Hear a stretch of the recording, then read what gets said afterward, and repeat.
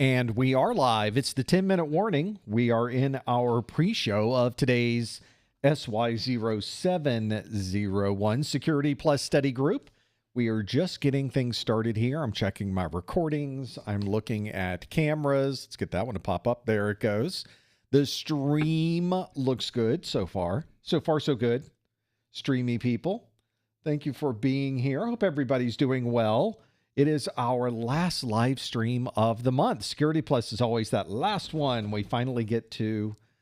We finally made it all the way here. I'm so happy we were able to make that happen. Thank you, everyone, for joining us. Hello, chat room. Hope everybody is doing well. We have so much to go through today. Of course, have all new questions that are coming up in this first hour, and I am taking your questions in the second hour. We also have, as you can see, sort of behind me, we'll do this so you can really see it. We have our digital map where you can put in a digital push pin wherever you happen to be in the world, and we can see where everybody's checking in from. Hope everybody's doing well. We are certainly doing well here. It is summer in Florida, so we're almost at melting point. We are so close to everything just sort of turning into liquid. But we're fine. We're making it. It's working out for us. Soon this will be over. We still have another month or so, I think, of these things happening. And then you get into hurricane season. I guess technically we're in hurricane season. But that's sort of the normal Floridian for you. We just sort of know it's there. We know it's hot. We know it's humid. We're aware of this. We know of those things happening.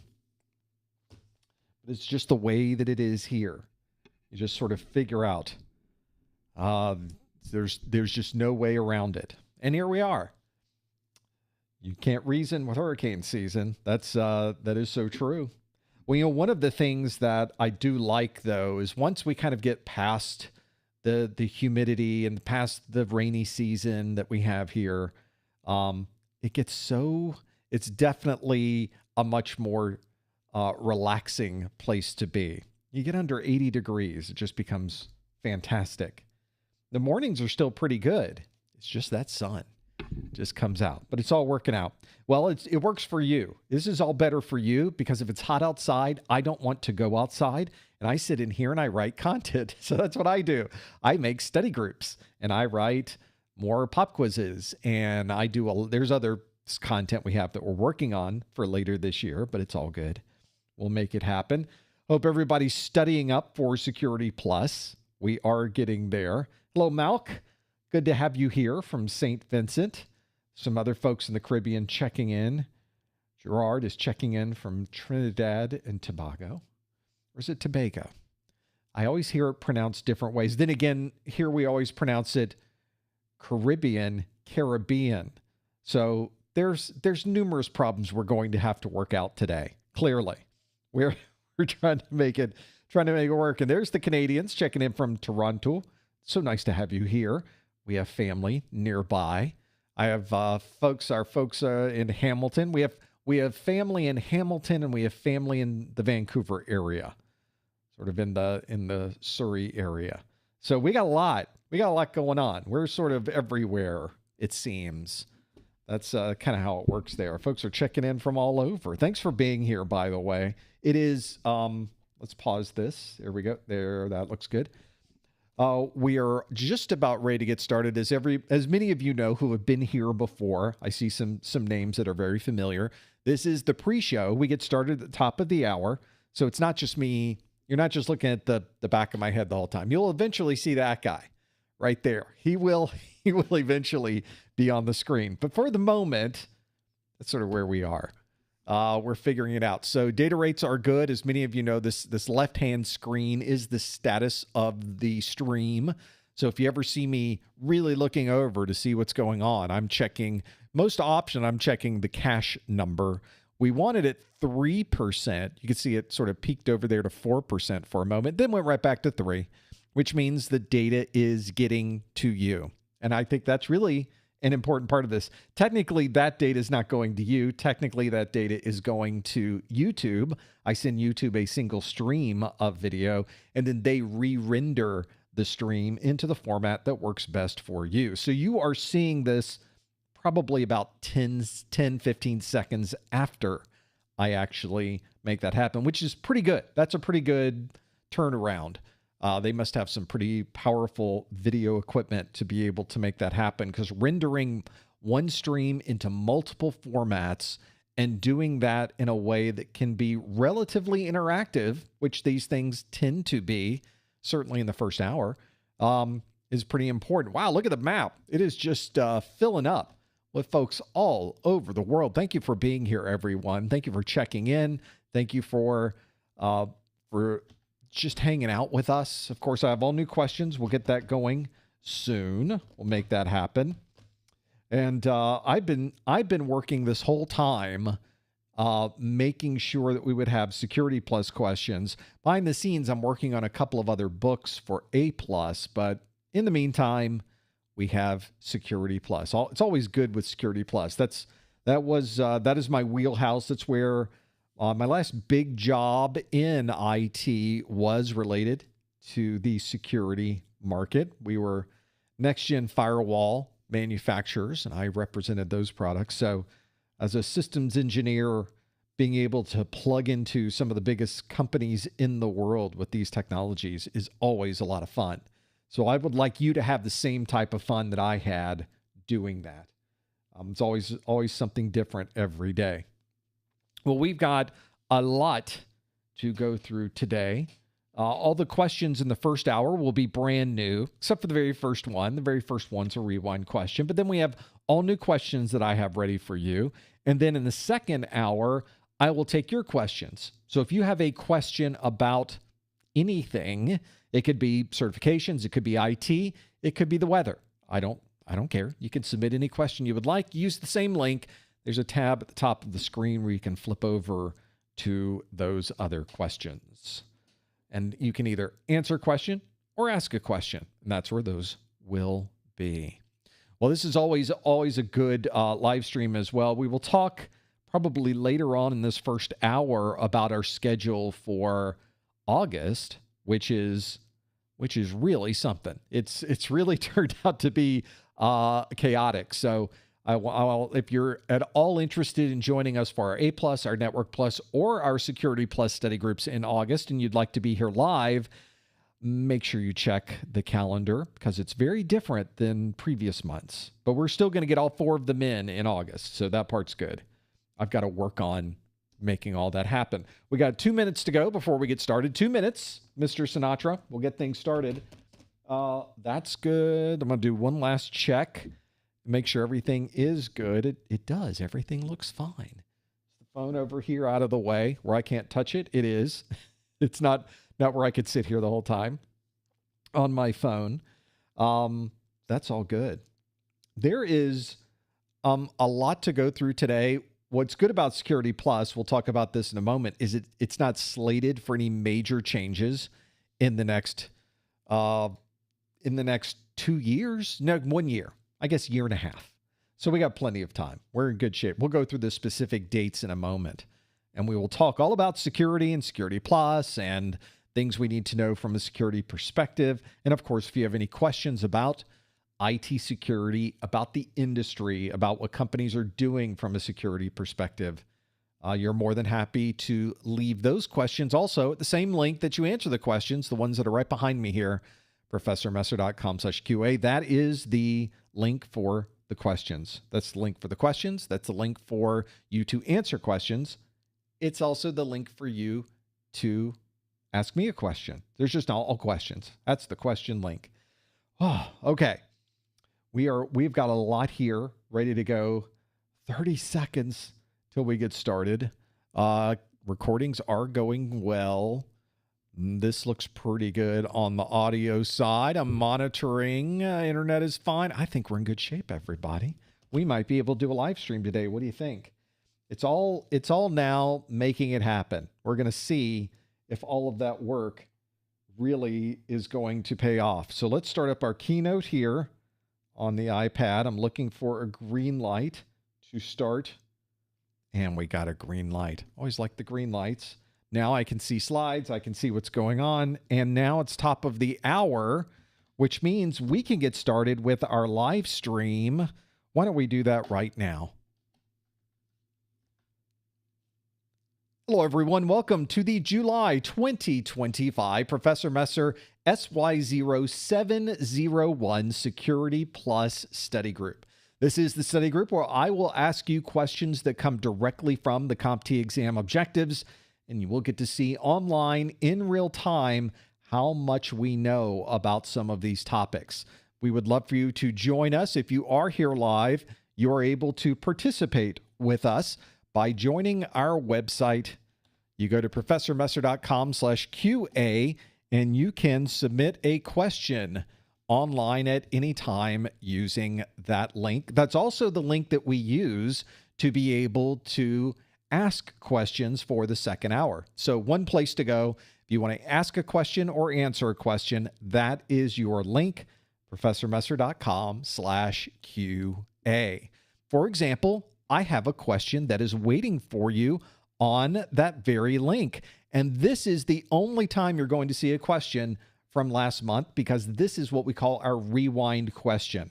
I'll also remind you, for those of you that have been here before, and I'll tell you folks, for the ones that have not been here for a live stream, the way that we answer these questions is using the link that is on your screen, professormesser.com/QA.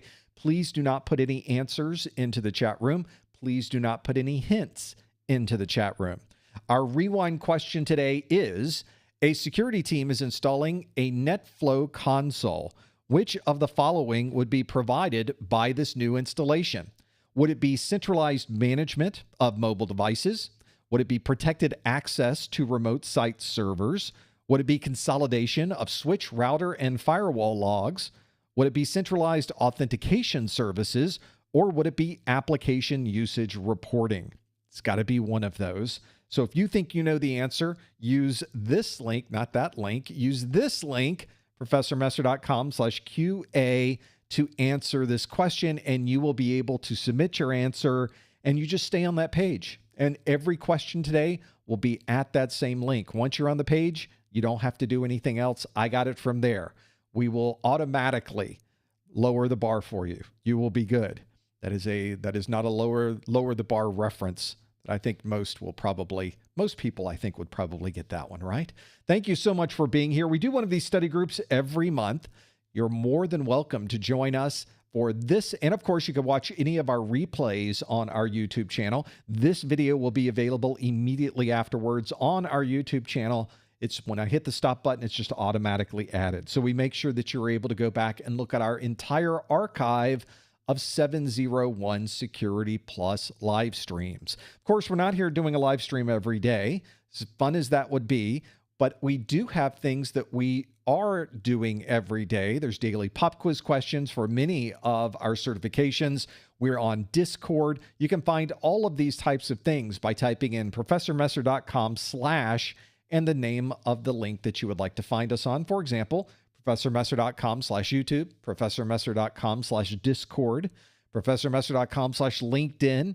You're just filling in with what you would like. A good one for you to check would be professormesser.com/YouTube. And if you have not subscribed to our channel already, we would love it if you would do that. We're not begging, but we're sort of begging. Yes, we would love for you to be a subscriber. Plus, you're able to know when we upload new information, and you'll know when we do another one of these live streams. It's a win-win for all of us. professormesser.com/YouTube. Well, I mentioned in the pre-show that we will be talking today about the SY0-701 exam objectives. This is a version of the Security Plus exam that was released on November the 7th of 2023.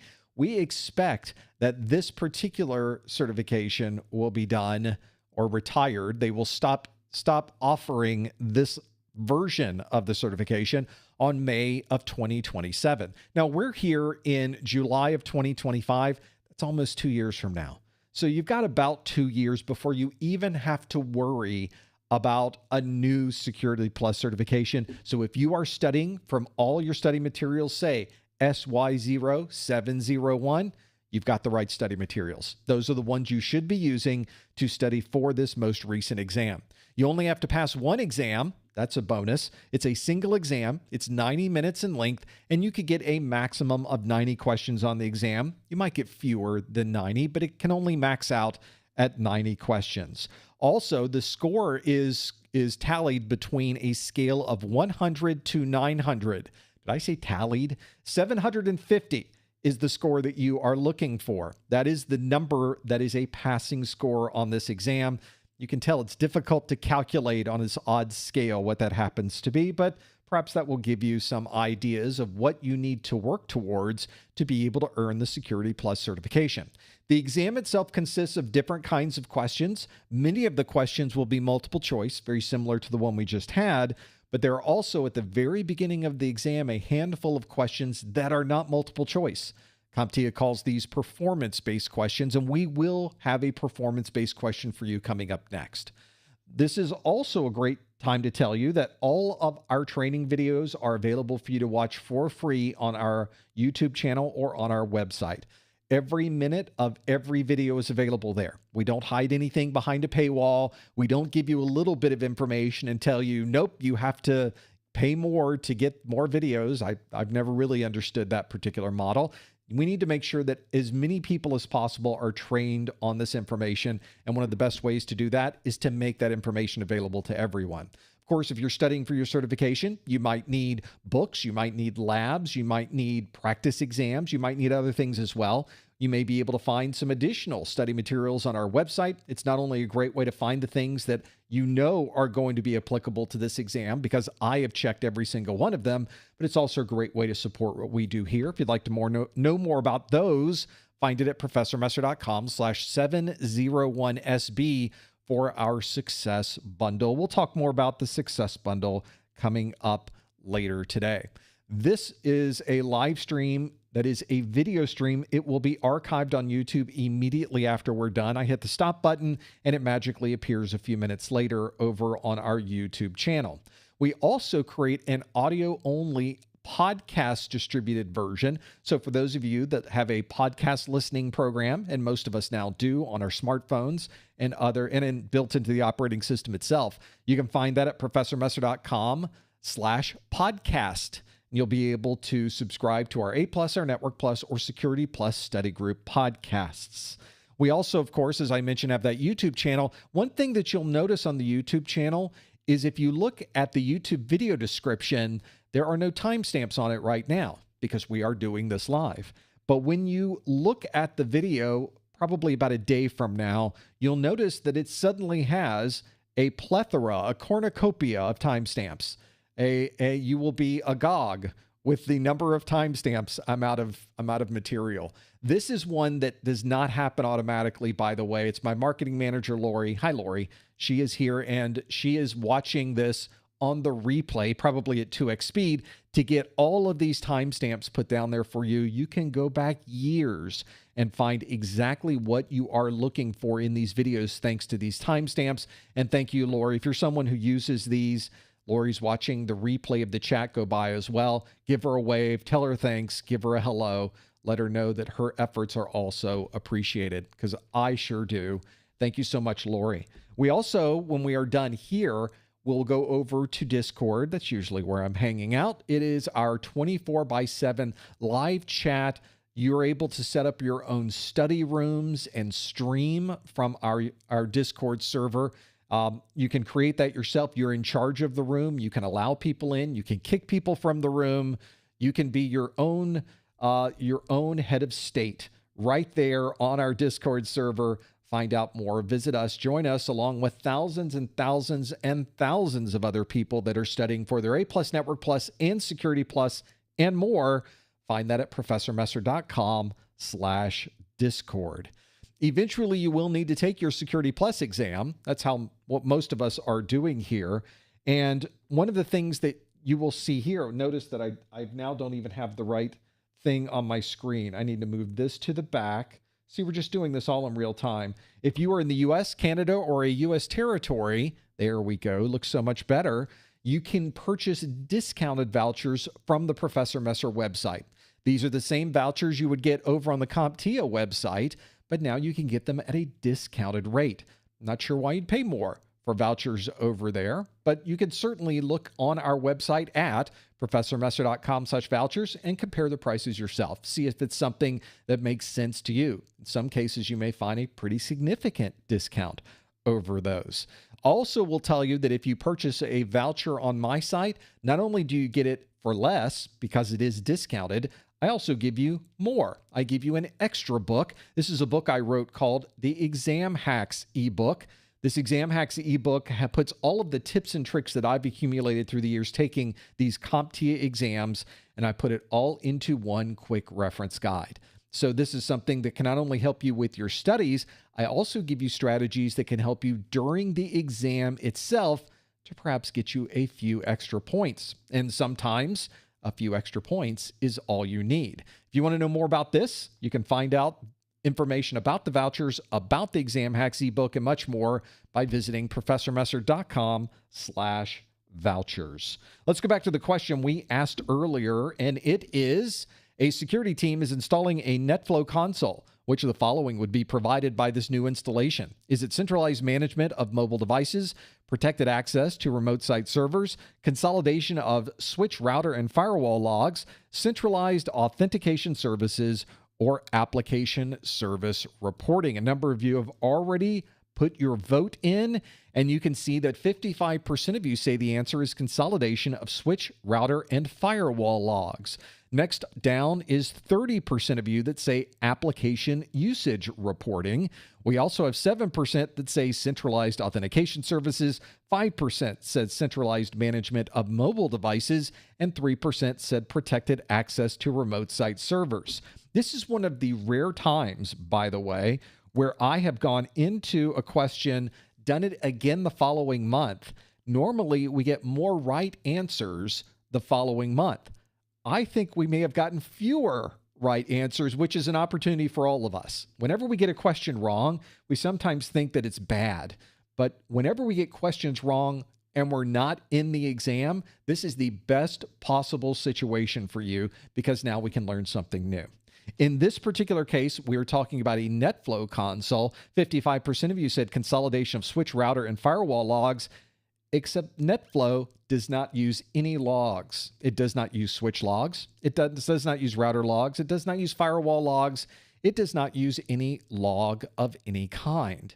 NetFlow works by looking at the packets that are going by and then creating from those packets information that describes what's going across the network. It doesn't rely on log files. It doesn't rely on operating systems. It doesn't rely on any particular single thing. It only relies on the packets. It's all about the metadata inside of those packets. There's usually something that is collecting all of this information. It's a probe, and that probe is collecting data, compiling that metadata, and then sending the compiled metadata over to a collector. So there is a centralized management and reporting front end, but it has nothing to do with log files and never does. What would have something to do with log files is, well, we'll talk about that in a moment, but if you are able to look at a NetFlow analyzer, this is the console from a NetFlow analysis tool that has collected NetFlow statistics from one or more different NetFlow probes. And you can see a breakdown of top 10 conversations. You can see exactly what IP addresses are communicating between each other, which ones may be sending the most information on the network. But this particular question said that it was application usage reporting. Well, you just need to look at the application report in NetFlow to see how much of this traffic is web traffic, how much of this traffic is SNMP, how much of this traffic is SQL traffic, how much of this traffic is Microsoft SQL. We got World Wide Web traffic, all spelled out in the NetFlow console here. And of course, if you had other traffic going across the network, it would be added to your list of available applications. That means that the 55% of you that chose consolidation of switch, router, and firewall logs was thinking of a SIM. You were thinking of a security information and event manager. A SIM definitely pulls in all of these log files from anything that has a log file. So a server, a switch, a router, a firewall, a proxy, or anything else. It will take those log files in, and then you can do a consolidation and then correlation of data within all of those logs. When we talk about NetFlow, though, we are talking about pulling in information from the network and that application usage reporting. The 30% of you are the ones that got that one right. That was the answer that we were looking for. That does describe NetFlow pretty well. We have 7% that said centralized authentication servers. That would be a Radius server, an LDAP server, a AAA server, a TACAC server, one of those types of authentication services. It certainly would not have anything to do with NetFlow. Only 7% of you chose that one. I think we were pretty good there. Centralized management of mobile devices would be a mobile device manager, not related to NetFlow either. And then we have protected access to remote site servers. I guess we could put a lot of different devices into that category. I was thinking jump server, but that could be a simple VPN connection. So you've got different ways to protect that type of access when you're connecting to a remote site. In this case, a security team installing a NetFlow console would be provided with application usage reporting and so much more. NetFlow is a fantastic tool to be able to use. That was the answer that we were looking for in this particular case. If you want to know more about this topic, it is from my SY0-701 videos, section 4.4. The video name is Security Tools. So let's now shift gears from what we call our rewind question, which was a question from last month. Now let's do all new questions. And that's the fun part of the study group. I have for you a question that is not multiple choice. So the question we just did, here it is again, was a question where I asked you a question and there were multiple answers to choose from. Now, let's say you didn't have any idea what the answer happened to be. You were simply taking a guess. You had a 20% chance of getting that right. CompTIA knows this, and they want to make the questions a little bit harder at the beginning of the exam. And what they'll provide at the beginning of the exam is a question that might be fill in the blank. They might put you at a command prompt and have you perform a function. They might have you sort things in a particular order. Maybe it's a matching question. Maybe it's any type of question that you can think of asking that is not multiple choice. So really the sky is the limit. They can make these questions any type of format they would like. The thing to keep in mind though is they always stick to the exam objectives. So as I like to say, it doesn't matter how they ask the question. If you know what the answers are, they can ask the question however they would like. So I have for you a performance-based question of the month. This is a matching question, and you can see there is a lot of text here, but I wanted to give you a feel for the type of information that would be asked of you on a real exam. This is a matching question. One thing you'll notice is I want you to select the best match here. On the left side is a description of attacks that are occurring on someone's network. On the right side, and by the way, there's 5 of those. There's 5, A, B, C, D, E. Those 5 things are attacks. And then I have on the right side 9 different attack types. By the way, these are all 9 of the types that you need to know for the SY0-701 exam. So this is a relatively comprehensive list of malware. So I want you to match the malware with the description of what the malware is. So for those of you listening in, the different malware types, this is taken directly from the exam objectives, is worm, logic bomb, keylogger, rootkit, Trojan, bloatware, virus, ransomware, and spyware. Those are the types of virus, malware, malicious code type that we need to keep in mind for these 5 events. These 5 descriptions. They are, the first one is, a user has clicked a link in an email and the resulting application has locked the screen and presented a message demanding Bitcoin to unlock the system. So I want you to match which one of those on the right side matches with that very first letter A. Our B description is, a user has downloaded a holiday-themed emoji pack. After installation, a constant set of advertisements is shown on the desktop. Which one of our malware types fits that particular description, or best fits that particular description? The next one is, a user's computer at work has been infected with malware, but the user did not click any malicious links and did not install any new software. Interesting. So which one of those malware types would best fit there? D is, an attacker has obtained a list of usernames and passwords used on an infected computer over the last 24 hours. And the last one on our list is a technician is investigating a performance problem on a computer, but no malicious software was found by the malware scanner. Which one of those would it be? If you think you know the answer to any of these, and if you think they're already in this order, you can submit those at this time at professormesser.com/QA. And if you think they're already in order, you can simply type A1, B2, C3, D4, E5. This also means, of course, that 4 of these malware types will be left over at the end. So read very carefully through these. This is not an unusual type of performance-based question. There's a lot of detail in all of these. You almost feel like each one of these could be a question. And in reality, that is very similar to the style that you will often see with a number of different types of performance-based questions. Performance-based questions are a bit of a challenge because you never know how they're going to ask the question. It's very difficult to predict. We give you a number of different styles of performance-based questions, but of course, CompTIA is always working on new types of questions. They work on presenting them in different ways. There's a lot of different methods and styles that they use when putting these together. So the best way, the very best way to study for performance-based questions is not to study for the way the question is asked, which I feel that many people try to find what's the style of question that they ask, but it's very difficult because it could be an infinite type of question that they might ask. What you really should be studying to really prepare for performance-based questions, go to the exam objectives. The performance-based questions are always, they stick to the exam objectives. And CompTIA sticks to the exam objectives almost 100% on these exams. They are very, very close to this content. They don't go outside the scope of their objectives. And for very good reason. Their objectives are extremely detailed. We will look at one of these later so that you can see these.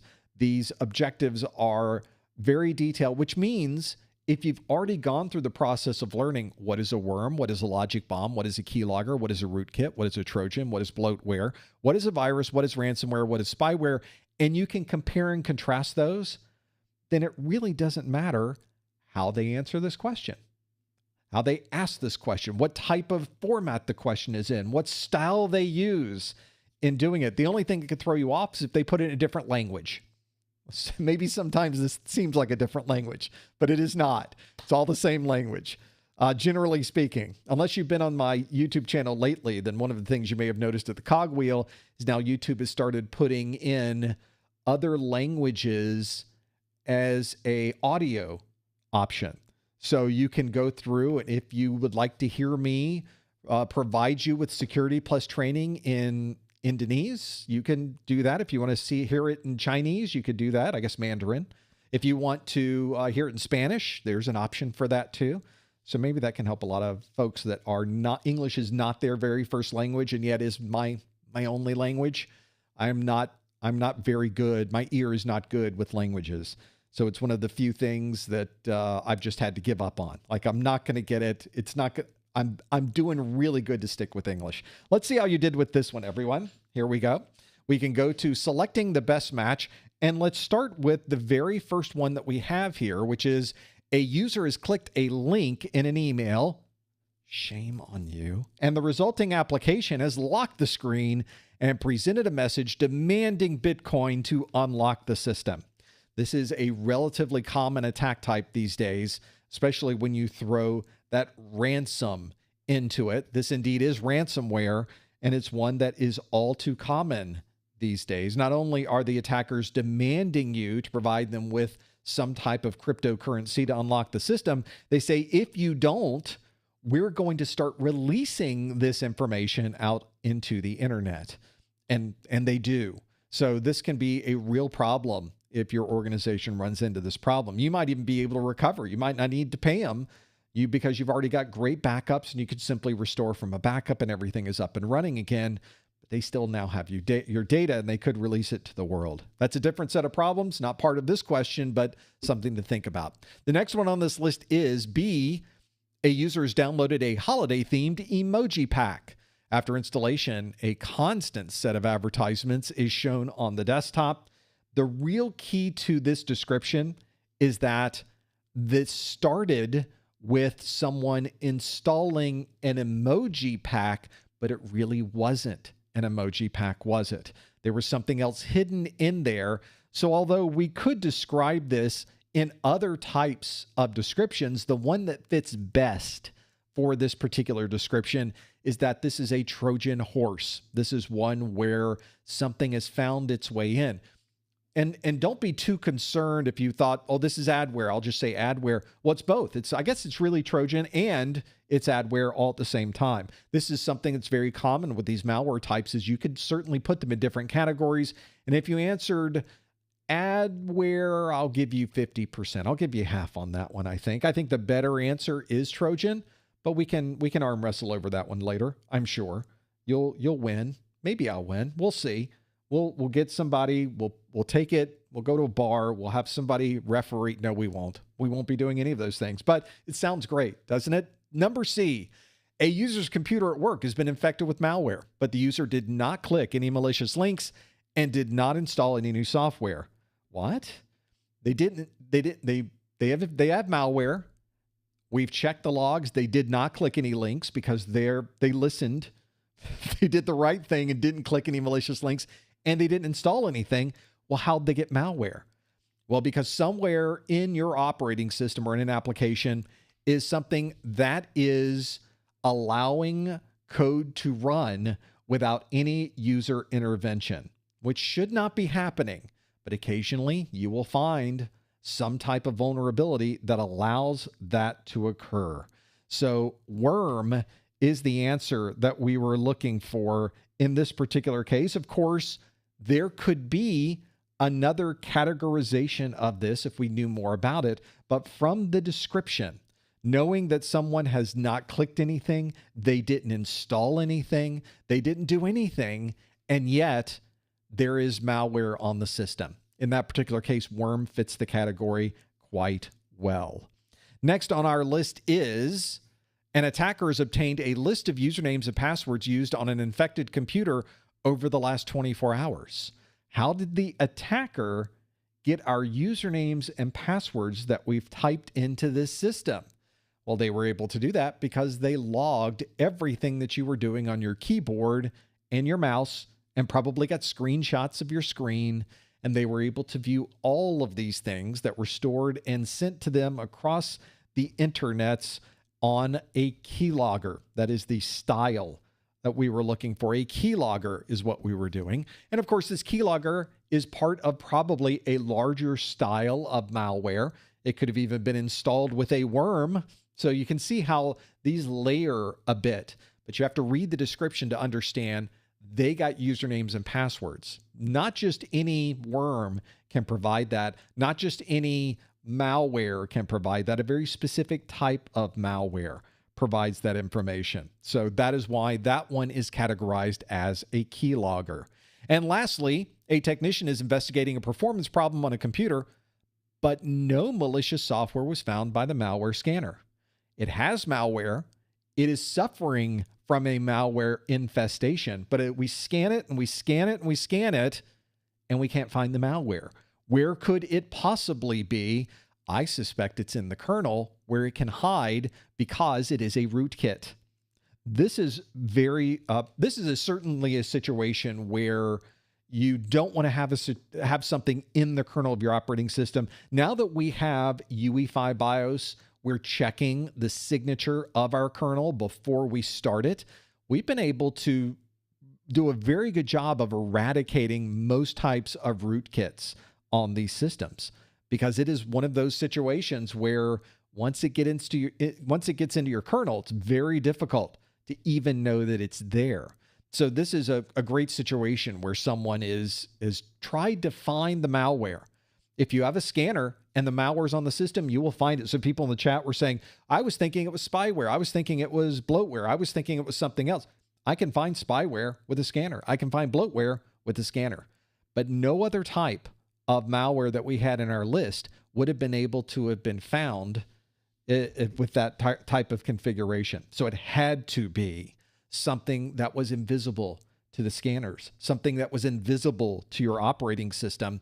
So in that case, the only possible answer is indeed a rootkit.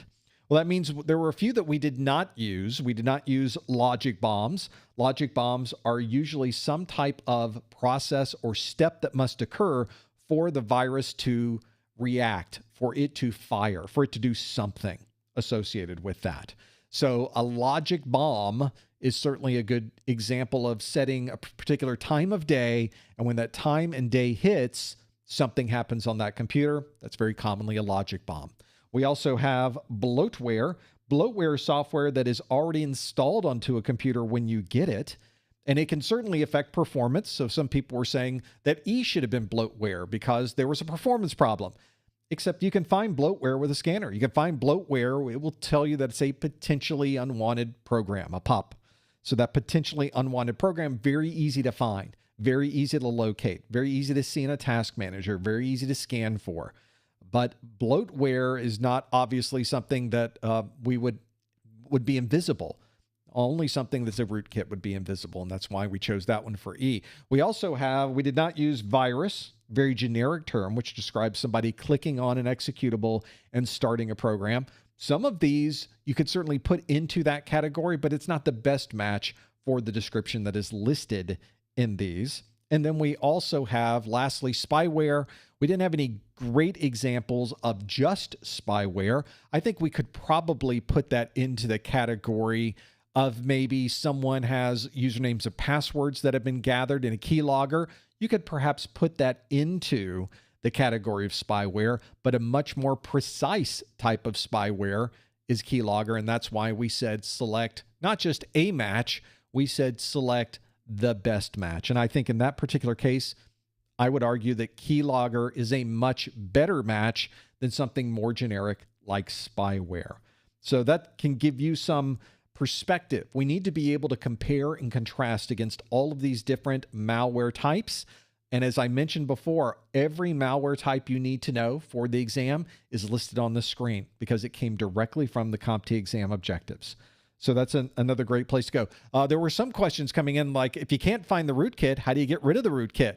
You need a specialized rootkit finder that will go into the kernel, hunt around for that rootkit to really find it. It's one of those situations where you don't see it until you have the right tools to be able to locate it. There might also be situations that whenever you get into rootkit identification, very often you're just deleting everything on the computer because it's very difficult to remove that rootkit once it gets on there. You wipe it and it's gone. Fortunately, UEFI BIOS has saved our bacon these days. I'm glad that most new systems have a UEFI BIOS, which has secure boot, and secure boot prevents those instances of a rootkit embedding itself into the kernel of your operating system. So hopefully that will give you an idea of what you would look for. So now that we've done our performance-based question of the month, you've got a feel for the style and the type of questions that you have here. Let's now move back to more of a traditional multiple choice question. And in fact, on your exam, you will get a handful of performance-based questions, and then everything else will be multiple choice. So you'll know at the beginning, you'll be able to see the malware or see the malware questions, see the questions on this PBQ, that PBQ, those performance-based questions, and then suddenly everything else is multiple choice. And so we're sort of shortcutting that today, but hopefully that's going to give you a feel for this too. Let's now go into this mix and really break down another multiple choice question. This multiple choice question asks, an attacker has redirected a bank's website to a website controlled by the attacker.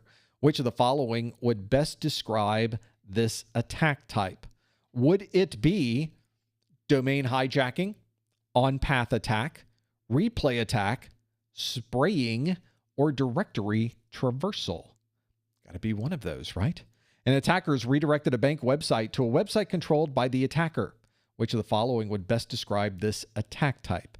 Is it domain hijacking, on-path attack, replay attack, spraying, or directory traversal? Now, if you think you know the answer, follow the link on your screen. Go to professormesser.com/QA and lock in your answer. Go to professormesser.com/QA. Please no answers in the chat room. Please no hints in the chat room. We will look directly to what you want to choose. A lot of people getting their answers in quickly on this one. We're figuring out this one and having the answer available to us. Maybe you're familiar with this one. This is a topic that has been in the Security Plus exam for some time now. It's a relatively important type of attack to know about, especially when you consider what's at stake. An attacker redirecting a bank's website, that's not a good look. That's not a good time for anyone. Somebody's going to be working a little overtime at that particular bank. Let's see how you did with this one. The question asks, an attacker has redirected a bank website to a website controlled by the attacker. Which of the following would best describe this attack type? Is it domain hijacking, on-path attack, replay attack, spraying, or directory traversal? We close our poll. 75% of you say the answer is domain hijacking. 19% of you say the answer is on-path attack. Those are our two top hits for this answer. We go to single digits after that. Directory traversals, 5%. Only 1% said replay attack, and only 0% said spraying. Nobody said spraying. At least not a 1% of you said spraying in that particular case. So if an attacker is redirecting a bank website to one that is controlled by the attacker, then they have somehow taken control of your entire domain. So this is a very good example of how a bank's website could be redirected. And I say it's a good example because it really happened. Happened on Saturday, October the 22nd of 2016 at 1 p.m. Very specific. All of these domain name registrations of these bank websites suddenly changed. And instead of people going to the bank's website on a Saturday, I don't know if you know much about banks and what they do on a Saturday, but they do nothing on a Saturday. There is nobody working on Saturday. There might be somebody back in the operations group in IT, but none of the banks are open. Nobody's really working that day. How would you even know if suddenly nobody was hitting your website anymore? And it probably would not be an immediate switch over. It would be a gradual move as the DNS settings time out of people's DNS servers. So they were able to effectively change the configuration. So instead of attacking the DNS server directly and poisoning the DNS, they went to the DNS registrar and poisoned the registration, which effectively pointed people to a new DNS. They sort of didn't have to worry about hacking into your DNS and changing things. They just changed them on their own DNS. Very well done for something like that. There was the hacker was under control for 6 hours. So we still don't know what happened there. Banks are private companies. And at the time, I don't think there was anything that required them to describe what that happened to be. But these were 5 million customers that could potentially have been redirected. And the banks themselves had over $27 billion in assets. So that could have potentially cost somebody something, because everybody was going to the wrong place. Domain hijacking, of course it's domain hijacking. We have 75% of you that chose that, and 75% of you got that absolutely right. Domain hijacking was the right answer. 19% of you said on-path attack. For this to be a good on-path attack, we would have to sit between every person hitting the bank's website and the bank website itself. It'd be very difficult to get in a good place. You have to basically break into the bank's data center. And that probably wouldn't cover everything. That's probably not the most practical attack type. And that's why I would not think that it would be the best description of this attack type. A much better description is indeed domain hijacking. That is spot on what is happening right there. We have 5% that said directory traversal. That's when you go to a web server and you're able to break out of the web server file system and somehow get into the file system of the operating system that is running that web server. That shouldn't happen. We should not be able to do that. And when it does happen, it's because of a misconfiguration, and we refer to that as directory traversal. That's not what happened in this case, so that 5% of you did not get that particular answer correct. It's not a replay attack, because we would have had to collect information from users and then use that information against an actual server. We don't have to redirect people to go through all of those. So that might give you an idea of how to break through the different options. And lastly, spraying. Spraying is when an attacker tries a username and password. If it's not correct, they may try it a second time. If that's not correct, they might try it a third time with a different password, trying to find the right password. But after 3 tries, they stop because they don't want anyone to know that they're trying. They'll come back tomorrow. They'll try another 3 times. And that is referred to as spraying. They might go through a number of different usernames, and they'll try top 3 passwords that they think it could be. They're effectively looking for very low-hanging fruit. They want to find something they can easily find, grab onto, and be able to own. Spraying is also a concern, of course, and that's why a number of us use multi-factor authentication to protect against that. So in this case, an attacker redirecting a bank website to a website controlled by the attacker is indeed domain hijacking. 75% of you got that one absolutely correct. Let's do another question, shall we? Next on our list is this question that asks, a company is building a cloud infrastructure with a focus on maintaining the uptime of the application instance. Which of the following would best describe this requirement? Would that requirement be best described as scalability, resiliency, risk transference, patch availability, or responsiveness? It's got to be one of these, right? If you think you know the answer, use the link on your screen. Go to professormesser.com/QA and lock in your answer. See what you think the answer is for this one. Companies building a cloud infrastructure with a focus on maintaining the uptime of the application instance. Which of the following would best describe this requirement? Is it scalability, resiliency, risk transference, patch availability, or responsiveness? If you know the answer, or even if you don't know the answer, lock in what you think the answer is at professormesser.com/QA. See if you know what these different cloud characteristics might be. This is obviously a question that goes beyond the cloud quite a bit. All of these characteristics are important to know, whether it's cloud-based or not. So it might be an idea to get into the details of this. And of course, all of these answers do appear in the official CompTIA exam objectives. Let's see how you did with this one. So many people have answered this one, and so quickly we can go right to the answer. A company is building a cloud infrastructure with a focus on maintaining the uptime of the application instance. Which of the following would best describe this requirement? Is it scalability, resiliency, risk transference, patch availability, or responsiveness? What do you think it is? We have 73% of you that say the answer is resiliency. 12% say the answer is responsiveness, which is tied with the 12% that said scalability. And then we have 2% that said patch availability and 0% that said risk transference. 73% said resiliency, and 73% got this one absolutely correct. That is the answer we were looking for. By being resilient, we are telling you that that site needs to be up and running regardless of what happens to it, regardless of what it's being hit with, regardless of what problems may be going on somewhere else. This website needs to be up and running. That describes resiliency. You need some resilience. And one of the things that a cloud-based infrastructure gives you is the ability to be resilient, because there are so many things that can go wrong, but the cloud gives you options to work around a number of those problems. Maybe somebody's replacing hardware. There's a problem with software patching. We can have redundant systems to keep things up and running.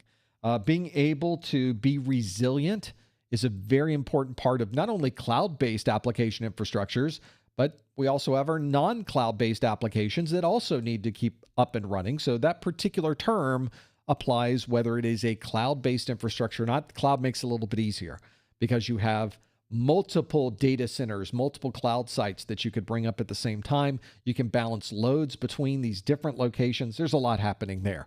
Whenever you work through that, resiliency was the answer that we were looking for. If you want some explanation of those different cloud characteristics, we have those listed in our video in SY0-701 course, section 3.1, under the video named Infrastructure Considerations.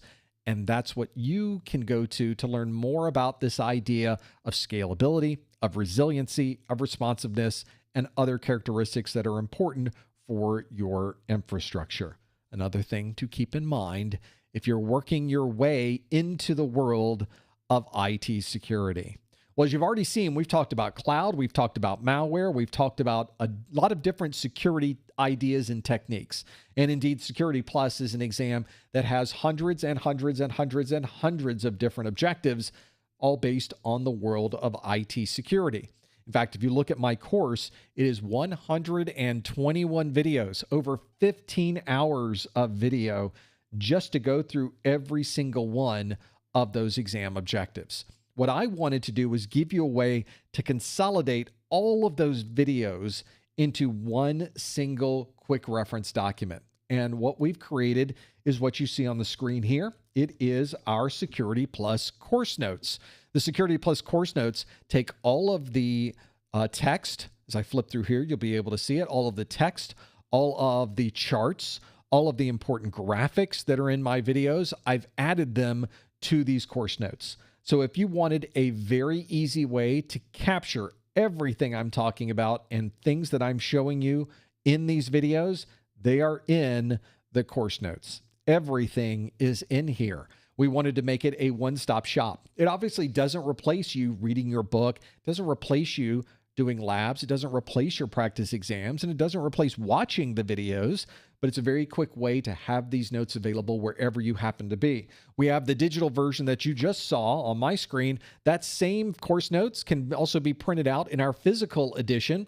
You can see here that the physical edition is identical to the digital edition that you see on your screen. Everything that we have in here is duplicated in that digital edition, but you have to wait for this to be shipped to you. So if you purchase the physical edition, I will print these on demand and ship them out to you. In the meantime, you will get complete and full access to the digital edition. That will be yours to keep as well for no additional cost. So the physical edition gets you both physical and digital. You can think of it that way. All available on our website. If you want to learn more about this and have a look at them, I give you a nice video overview of these. You can find out more at professormesser.com/701CN for our 701 course notes. Let's do another question, shall we? We'll put on our security hat. This question, very straightforward. It simply asks, which of the following would be most associated with DKIM? DKIM, DKIM. Which of the following would be most associated with DKIM? Would it be list of authorized servers, block sensitive data, secure DNS queries, encrypted tunnel, or digital signature? There's a lot there. There's a lot going on. Let me take a sip. If you think you know the answer, go to the link on your screen, professormesser.com/QA, to lock in your answer. Please no answers in the chat room. Please no hints in the chat room. You guys are doing very well with that today, by the way. Thank you so much for that. See which one of these you would most associate with DKIM. Yo, DKIM. I have her last album. It's very good. DKIM. Maybe you know what this is. This is one. I don't want to give you any hints. I'm not going to tell you what this is yet. We're going to figure out what this one is, and I'm going to see how well you remember some of these topics from the SY0-701 exam objectives. This should be something that you do need to know about. When you get into security, you find yourself being involved in almost every aspect of the organization, all the way down to what locks we put on doors. So it's not unusual that when you get into the technical side of things, you tend to be involved in everything technical with everything an organization is doing. So if there's packets on the network, you are involved. And sometimes when packets aren't on the network, you're still involved. There's a lot of interesting things we could talk about there. A lot of people answered this one quickly too. Let's see how you did. The question again asks, which of the following would be most associated with DKIM?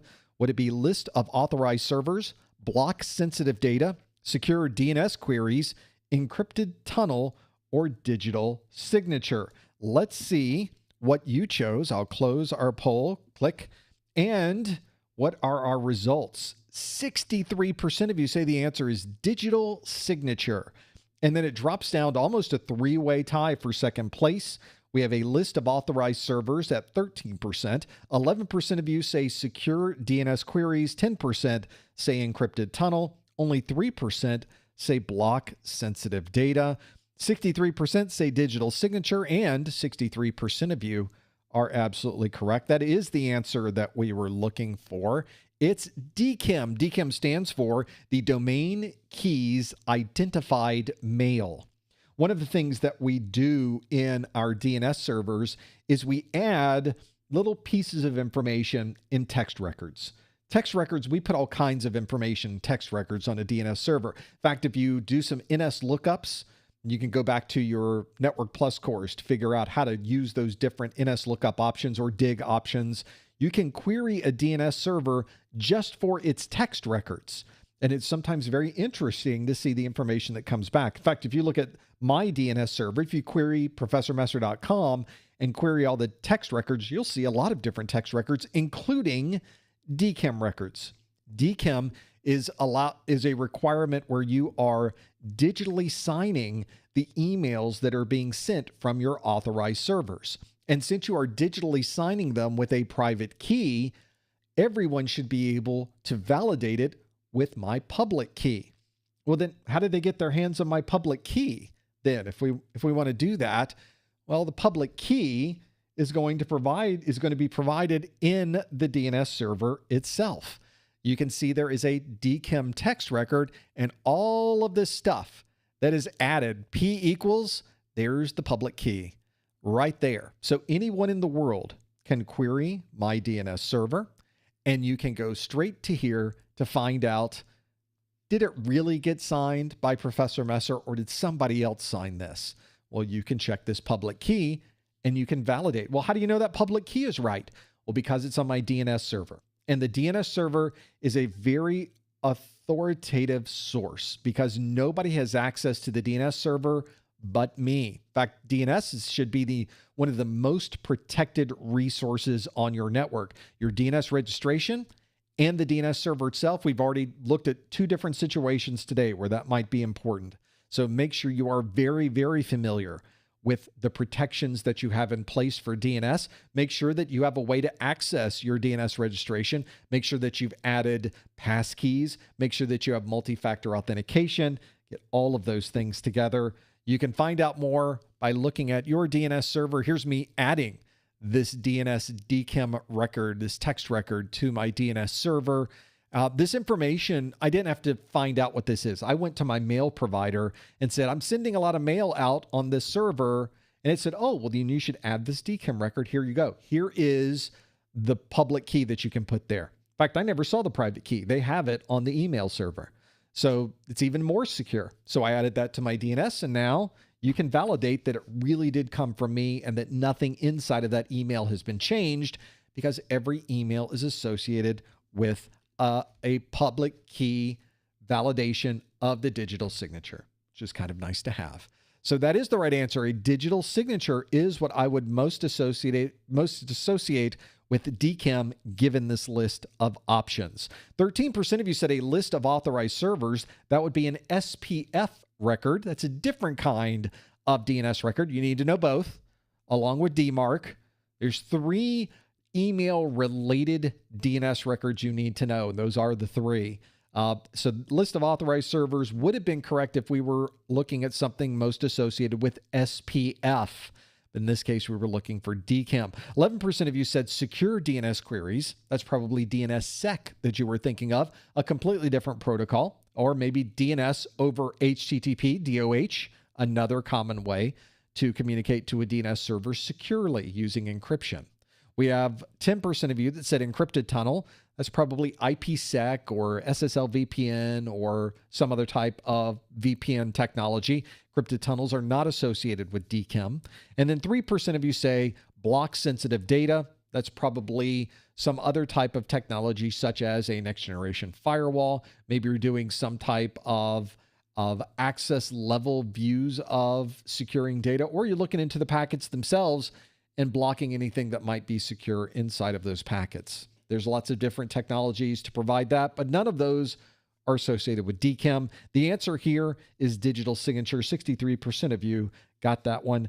Absolutely correct. Well done. You guys are crushing it today, by the way. You're doing exceptionally well. Let's keep that party going. Here's another question for you to answer. This question asks, a company's CFO is responsible for all of the financial data associated with the organization. Which of the following would best describe this data role? Would it be owner, custodian, processor, subject, or controller? It's got to be one of these, right? A company's CFO is responsible for all of the financial data associated with the organization. Which of the following would best describe this data role? Would it be owner, custodian, processor, subject, or controller? If you think you know the answer, there's your link, professormesser.com/QA, to answer this question. This is another one of those questions, by the way, where this set of terms that we use to describe who's in charge of the data at this point can sometimes be difficult to follow. But it is an important thing to consider, not really from a technical perspective. This is not a technical question. It's more about who's responsible for the data, which is perhaps a more important question than some of our technical questions. Being able to understand where the data is starting, where it is ending, who gets to see it, and who's responsible for it are basically foundational knowledge. That's a foundational knowledge of IT security. So pretty important to know if any of those things are being done in your organization. I think a lot of organizations have basically grasped the idea of having a solid understanding of this, especially since there's so many regulatory requirements to understand where your data is, what type of data it is, understand how it's protected, and then make sure that you're able to manage it properly. Let's see if you happen to know this one. This question asks, a company's CFO is responsible for all of the financial data associated with the organization. Which of the following would best describe this data role? Would it be owner, custodian, processor, subject, or controller? Let us have a look. This is the first time today, I think, that we've come up with something other than a majority answer. 44% of you say you are the data owner. 25% of it said you are the data controller. 24%, effectively a tie for second place, said you are the data custodian. We have 6% that say a data processor, and then 0% say that you are the data subject. All of these terms are things you should know. When you are getting into the Security Plus, make sure you are familiar with them. This might be something that's pretty important to keep in mind. But what's the right answer? I think we can show you the correct answer here. It is the plurality of you that answered owner as what we were looking for in this particular question. Well, why would we call it an owner? Well, if we look at the responsibilities of data, who is the people that we need to be able to go to when there is a question about this data, when we need to know who's managing this data, when we need to make big decisions about this data, we need to go to the owner of the data. The data owner is applicable for usually a specific type of data. Sometimes it's just a single database. Sometimes it's a large number of databases. And so, for example, if you were the vice president of sales, you probably have a pretty significant database of all of your customers, everybody that has checked in on your website. Maybe you have a leads generation program and you have a database of leads. Maybe you have a database that describes all of the orders that you've received in the last 3 months. All of that information in that database is the responsibility of the vice president of sales. The vice president of sales would be the data owner for that data. If you were the CFO is a central financial officer. That is someone in charge of all of the financial and accounting data for the company. Everything dealing with finances are in the company. So if you are the CFO, you're the treasurer, you're somebody as the head of accounting, then you would be the data owner for that data. So this is really the highest level responsibility when you're talking about understanding what the options might be and how you would manage those. So we have a list of all of these different data roles and data responsibilities on our website. If you're trying to decipher what these might be, we even give you some examples of how this data is used. And as the data is being used, how would you put in the name of that particular role within the data? Find out more. It's in our SY0-701 course, section 5.1, and the name of the video is aptly named Data Roles and Responsibilities. So you have a few options available when working through all of those. I know we hit the top of the hour here, but let's do another question, shall we? And this next question, we're going to mix it up a bit. This will be a little bit different. Same rules apply. We're not going to answer the question online. In this case, we're not actually going to answer the question using the link that we've used before, because I want to ask you a question that comes from my practice exams book. If you haven't seen my practice exams book, I wrote this book because I went out to the internet and was looking at a number of different practice exams, some of them that were free, some of them that you pay for, and I just wasn't happy with any of them. I found that many of them were out of date, were referencing exam objectives that are no longer on the exam, that you no longer need to know to pass your Security Plus. They were asking questions that had completely wrong answers. So clearly there were people that were not security professionals that were writing some of these questions. It would be relatively obvious that they had the wrong answer. And in some cases, they were just poorly written questions that didn't really match the same style or the same tone as the actual CompTIA exam.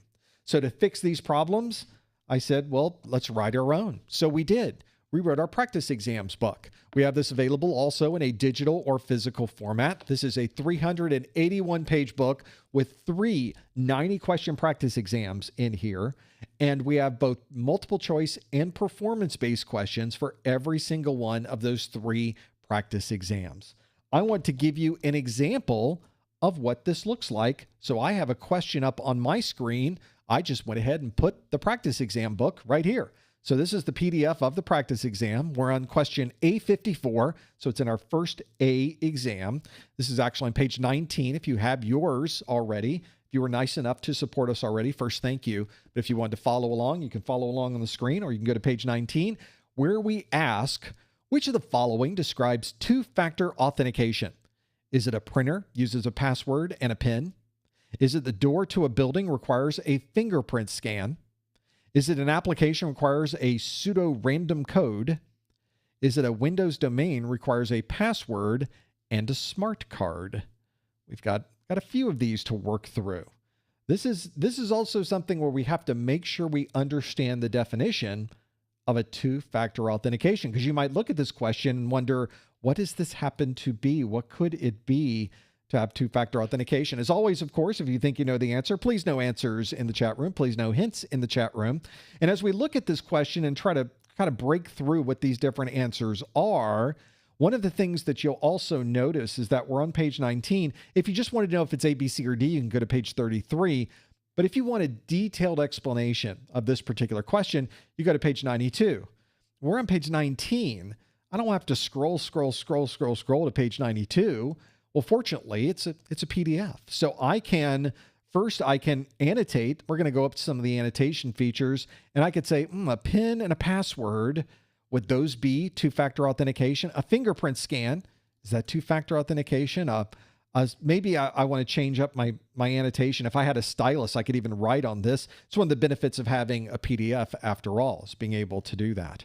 But let's say I finally want to know the answer. So instead of scrolling to page 92, you notice when I put my mouse over 92, over the details, it changes into the Mickey Mouse hand there. If I click that, it takes me to page 92.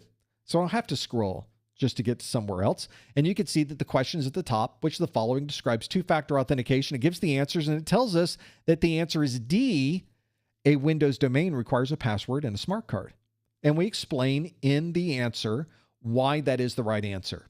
Now, as many of you know, you've taken some of these questions online, just as I have. One of the problems I run into with these types of questions is that they tell you when you get it right, but they never tell you why you might have gotten it wrong. That's the time when you need an explanation. That's the time when you need more details. I got it wrong. Why did I get it wrong? So that I know how to get it right the next time. So in our book, every single question not only tells you why the right answer is right, it tells you why every single wrong answer is wrong. So for example, if you chose A, a printer uses a password and a PIN, you could think, well, that's two things. That must be two-factor authentication. The problem is that a password and a PIN, which is a personal identification number, are both the same factor. They're both something you know. So technically speaking, only one authentication factor is used. So that is why A would not be correct. We also could see why B and C would not be correct. And if you didn't understand anything about this question and you really wanted to be able to get more detail on this technology, I have links that are in the book itself. You can click on the link to take you to the video that describes this particular technology. We also have QR codes. If you're on a digital version, it's very easy to click the link. If it's the physical book, it may not be as easy. You can't really click a link inside the book, but you can use your camera and you can click the QR code that is in the book itself to take you to the video so you can use the book as your real book. You can watch the video on your smartphone or your tablet, and you can do all of that at the same time. And of course, since this is a PDF, once we're done with this question, I can hit the back button in my PDF. Did you know your PDF reader probably has a back button in it? You can click the back button and we're back to where we started, and I can simply go to the next question that is in our list. Those are my practice exams. If you think this is something that you might want to use to help you with your studies, you can have a look on our website. Go to professormesser.com/securitype, securitype, to give you this idea of practice exams and learn more about why we think these practice exams will be the best practice exams you will find for your Security Plus studies. Well, this brings us to the top of the hour and then some, but that's okay. One of the things that we're going to do next is take your questions. So we're not even close to being done today. No, don't worry. We got much more to go through. One of the things that I want to remind you, though, is every question I did today, every one of the multiple choice questions, all of the performance-based questions, all came from the exam objectives. The exam objectives will give you everything you need to know to pass this exam. For example, I'm just going to scroll down into section 1.4 of the exam objectives, where you need to know public key infrastructure, which is public key, private key, and key escrow. You need to understand encryption.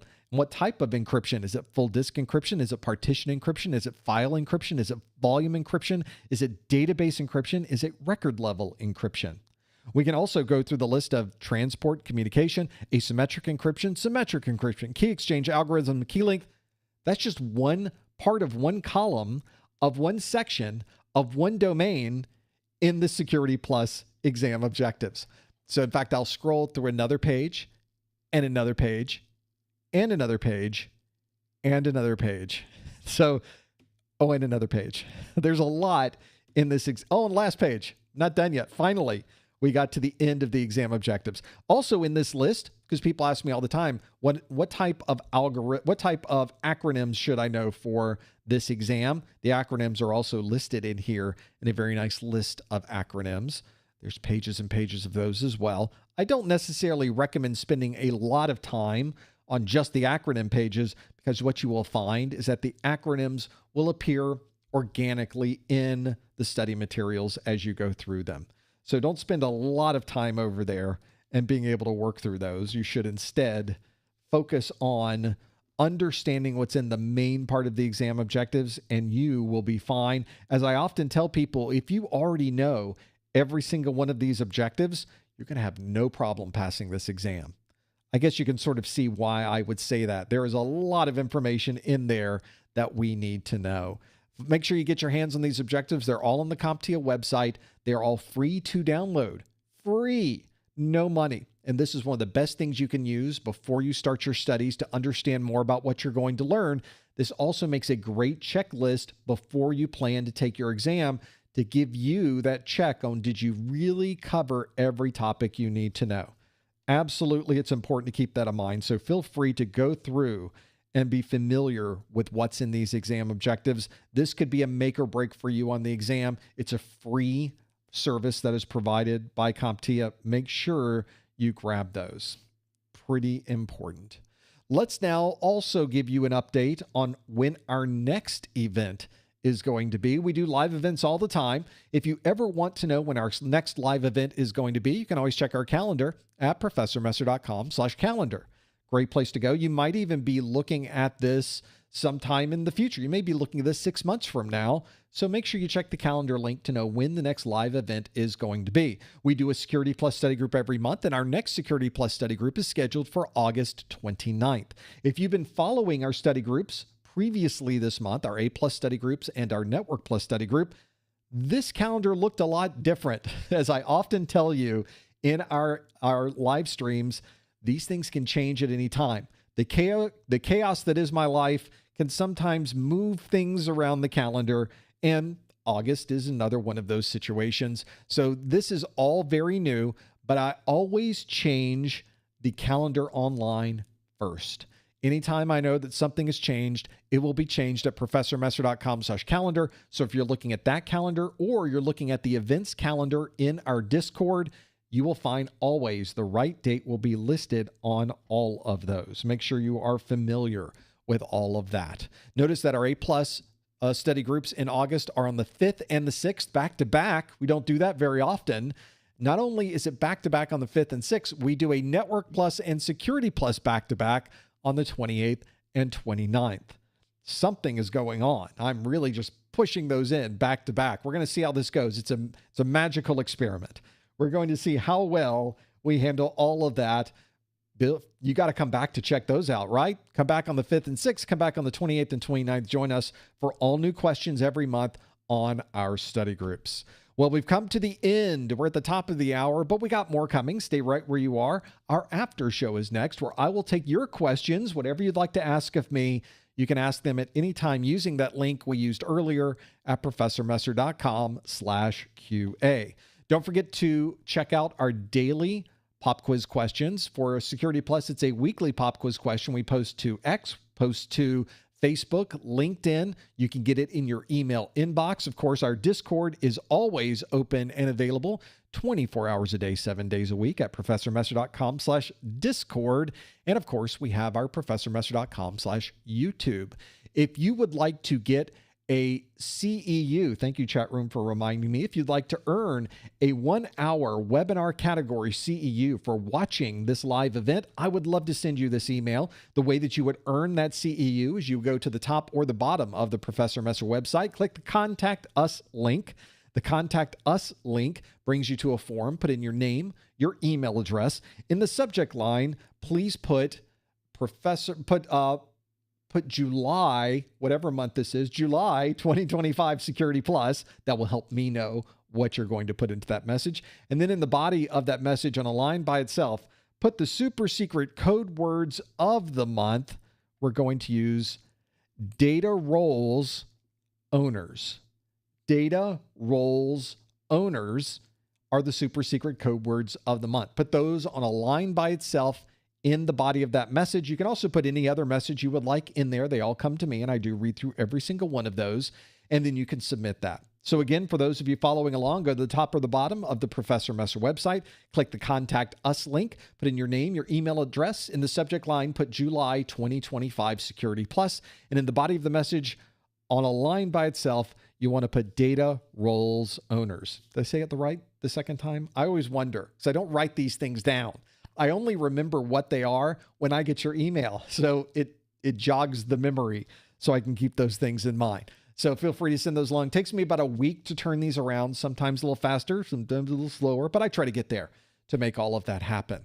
Don't forget about our discounted vouchers. You can save money right now if you're in the US, Canada, or a US territory. I see you, Mariana Islands. You can find that at professormesser.com/vouchers. It's all there and available to you. And Security Plus course notes, practice exams, and so much more on our website, professormesser.com/701SB. Well, that brings us to the end of our first hour, but there's still a lot more to talk about. I'm going to take your questions next in the after show. Thank you for joining us in the first hour. We will see you next time on the Security Plus study group. Okay. Let's now click a button. Let's turn off some things. We'll move these around. we'll click another button here. You don't see anything happening on your side yet. Don't worry. We'll make it happen. There we are. Hello, everyone. This is now our after show. The after show is the time where I will not be asking you any more of those questions. Instead, you are going to ask me questions about the things that we are doing here, or anything that you'd like to know about, really. I'm pretty flexible. If you're someone who is working through knowing what you need to know, well, if I could bring my graphics online, I would be able to even show that to you. We're going to make this happen in a moment. You can, of course, submit questions for that second hour at any time. I will not be moderating questions during the session. I will be going through them as we go. We will be moderating them and not posting them automatically. So we'll figure it all out. It will go into a list here. I will sift through the list. I will pull out the most interesting or maybe uninteresting questions. We never know how this will go. And then we will answer them in real time as we are here.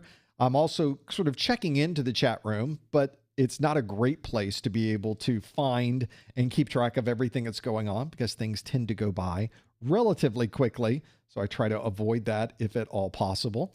But I want to be able to answer your questions. You can submit those at any time. So I'm going to go to the questions. Oh, there's already a lot of questions here. There are tons of questions that you've added to this list. So I'm now going to go through this. By the way, we talked a little bit today about Trojan horse. We didn't really talk about anything relating to the supply chain. I was reading an interesting article this morning of a mouse company that makes a gaming mouse, was distributing software to make their mouse work better with your gaming system. And the distributed mouse software had malware inside of it. And we're just now trying to figure out the details of what this involved. They were able to locate the malware, remove it, and they reposted good software. Just another example of how these Trojan horses can be anywhere. You think you're downloading mouse software. In fact, you are downloading mouse software, but hidden inside of that mouse software is malware. So you're really, and sometimes you trust, but you also verify what you're doing. That's one of the problems we have with technology, really, is it's all built on trust. So it was one really good example of just passing by, seeing things happen in my inbox, seeing messages come up on Google and realizing there's some really important concepts to consider when it comes to these types of events, and just something I wanted to share with you as well. Let's keep going through this list and working through these. Let's kind of start high level. And we're going to start with a problem that I have when I take industry certification exams. And Joe also runs into this as well. Joe says, as a historically bad test taker, Joe goes back to the 1800s with his historically bad test taking. He says, what would you recommend I focus on the most when prepping for the test? This is a very timely question for you folks that are studying for these certification exams, because not everybody is a great test taker. I'm an awful test taker at the beginning of the test. Let me explain. I study well. I try to study very thoroughly, and I think I overstudy for a reason. I don't overstudy because I want to. I don't want to spend more time studying, but I feel if I overstudy, if I really understand the topics at a very visceral level, I get into the details of these topics and really understand them, then no matter what happens on the exam, I've got a pretty good understanding of what the question is about. And I say whatever happens on the exam because when I go into an exam room, and I usually go to a third-party place to do this, I go into the exam room and it's a very stressful situation for me. You know, I've spent a lot of money on this exam. You walk in the room, your adrenaline's high, and the anxiety level is just at a very high level. And it makes it difficult to read what's on the screen. And because of that, I'll go to the very first question and I'll read the first question. And then I'll think, I have no idea what I just read. It might as well have been in a different language. It is in English, but I can't, as a historically bad test taker, what would recommend as focus most prepping for test? Not sure what I just read. I'm so in the moment of anxiety that I have no idea what's there. Here's my tip first for those of you that are the anxious kind of test taker. They give you about 15 minutes at the very beginning. Once you start go, you have to first say yes. You have to submit that you agree with the test taker's candidate agreement. That's what it's called, the candidate agreement. And so they give you this long contract, which, as we've been so programmed to do, is scroll to the bottom and click OK. You scroll through 10 pages of text that you don't read, and you just click the submit button, and you go to the next page. Like, stop giving me all the yes, I agree. If I didn't agree, I couldn't take the test, but I need to take the test. So yes, I agree. I'm not even going to go through the details. This is a great opportunity, though, because that anxiety, it puts a lot of adrenaline in your blood. You really need to burn that off in some way. And one way to burn off the anxiety is time. You need some time to kind of settle in, do some deep breathing, think about other things. And so what I often recommend to people is they give you 15 minutes here. People are taking 15 seconds and just clicking submit. Why don't you read it? Or don't read it. Scroll to the bottom and just think about what you're going to do with, after the exam. Think about something else that's going on in your life, or actually read through the contract. It's actually an important thing to know what is expected of you as a candidate taking these exams. So you can even read through it. And by the time you've now killed 10 or 15 minutes, which don't come out of your 90-minute exam time, this is all free time. So you can just now, once it's done, then, okay, now we've sort of burned off the anxiety. We're now in the room with other people. You can kind of hear the air conditioning now. Before it was just a buzzing noise. There was just a hum in your ears. Now you can, okay, now we're good. Click okay. And now let's read the first question. And now you can understand the text that is there. Not everybody is that kind of bad test taker. Some people are just bad in trying to learn the content. So one of the things that I will often tell people, especially if you're having a problem really grasping the details of the content, I think two things that you should get familiar with is understanding what is expected of you, what is the scope of the information that you need to know. And the second one is you really need to understand everything that is expected of you. Have a very good understanding of any possible question that could be asked. Well, what could give you a better overview of either of those things than the official exam objectives? This tells you scope. It gives you a perspective of context.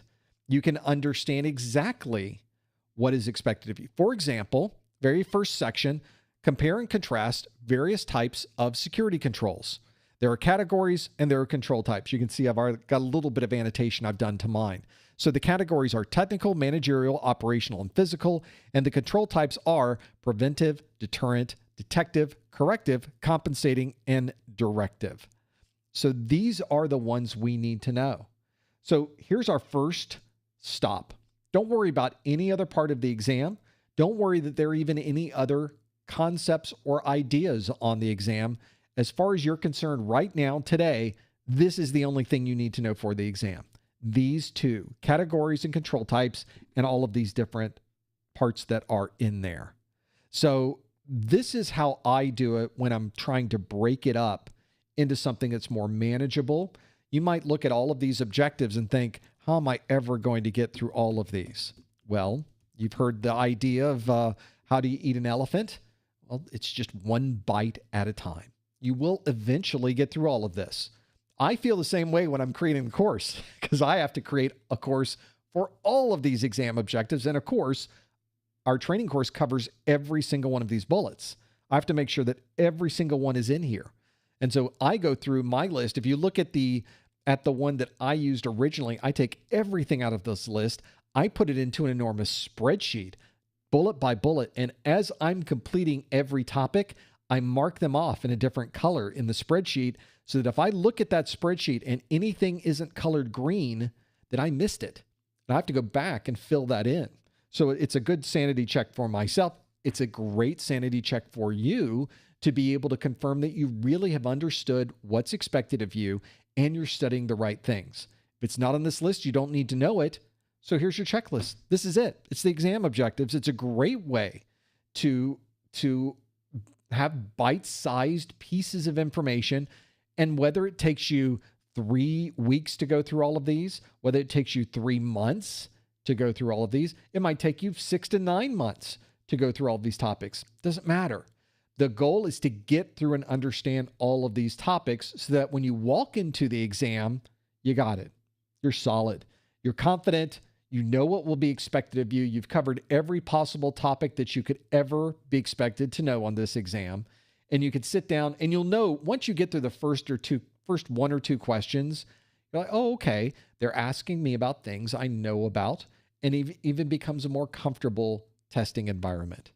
So for those of you that are dealing with challenges in focusing when you're prepping for the test, Joe, I'm with you. Those are a couple things that might help you as well. Maybe that will give you some ideas of things that can give you tips during the exam or before the exam that can really help you during the process. It's interesting. It has nothing to do with what you know. It's all other things. It's all some third party, the anxiety, you're in a different room, there's something else going on. Focus on the fundamentals. It's all blocking and tackling at that point. Let's keep going through this list. There are a number of questions that we have in here, by the way. Donald sent a question in that basically was asking the same thing. There's so much here. How do I focus? How do I understand where I need to be for this exam? It's always the exam objective. I feel like the exam objective is sort of the answer for almost everything that we do here. It is such a core piece of this exam, and CompTIA sticks to that list so carefully. I often will have people send me emails that say, I was taking a test somewhere else, and they asked me a question about something that wasn't in the exam objectives, and their response is, well, they could technically ask you anything. Well, and my response is, well, yes, technically they could ask you anything, but they don't. They stick to the exam objectives. Why would you publish a set of exam objectives if you weren't going to stick to those objectives? So that's a very good example of that. Let's keep going through the list of questions you've submitted. If you would like to submit a question, you can do that at any time by going to the link on your screen, professormesser.com/QA. If you want to submit a question prior to the study group, we open up that room probably about 30 minutes before we get started, but it's available for the entire duration of the live stream. So you've got plenty of opportunity at any time to submit anything. Let's keep going through this list of questions that you have submitted. There is a lot of interesting questions that people are submitting. Most of them surround the exam objectives, so I'm not going to recap that. Some of you have asked questions about subnetting. We are not going to go into subnetting today.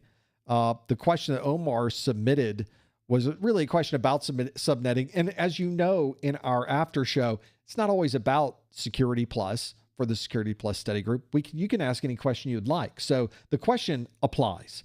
But subnetting is a much broader and more important topic that we simply do not have time to cover in the after show.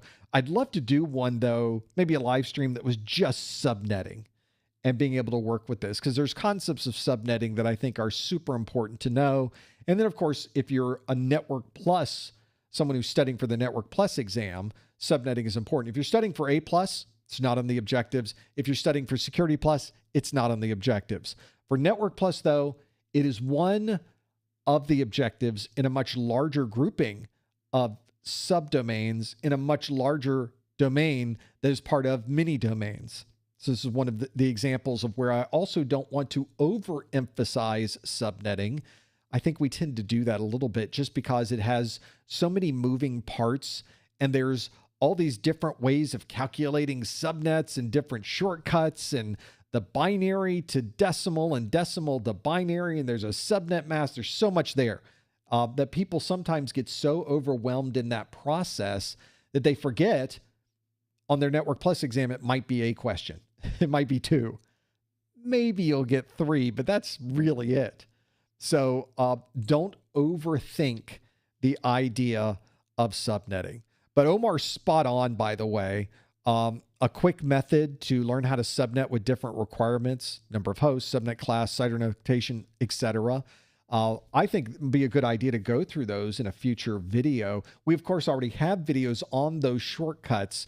I have videos on my Network Plus course on 2 different methods, 2 different shortcuts, and it's not the only 2 you can find. There's many different shortcuts out there for IP subnetting.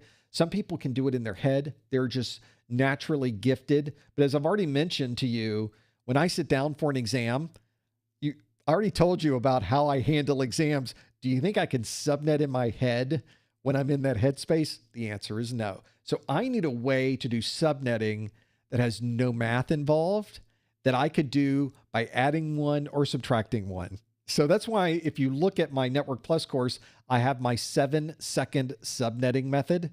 That's a method I created that has no math. There's really more charts. We sort of pre-write the math in our charts. And once you have the chart written, which takes about a minute, you can now calculate any subnet you want. It might be overkill to do that for the Network Plus because you might get 1 or 2 questions on that, but that's the method I used for my CCNA. So for Cisco courses back in the day, that is a good one to use. If you read the Cisco books, they use a different shortcutting method called the magic number method. I also have a video on the magic number method. So you can choose whichever one makes sense to you. In reality, they're sort of based on each other. Every shortcut for subnetting is all effectively just another way to do the same thing. And they're all very similar to each other in how they do it. So I'll give you that as my first example of how you can go into that mix.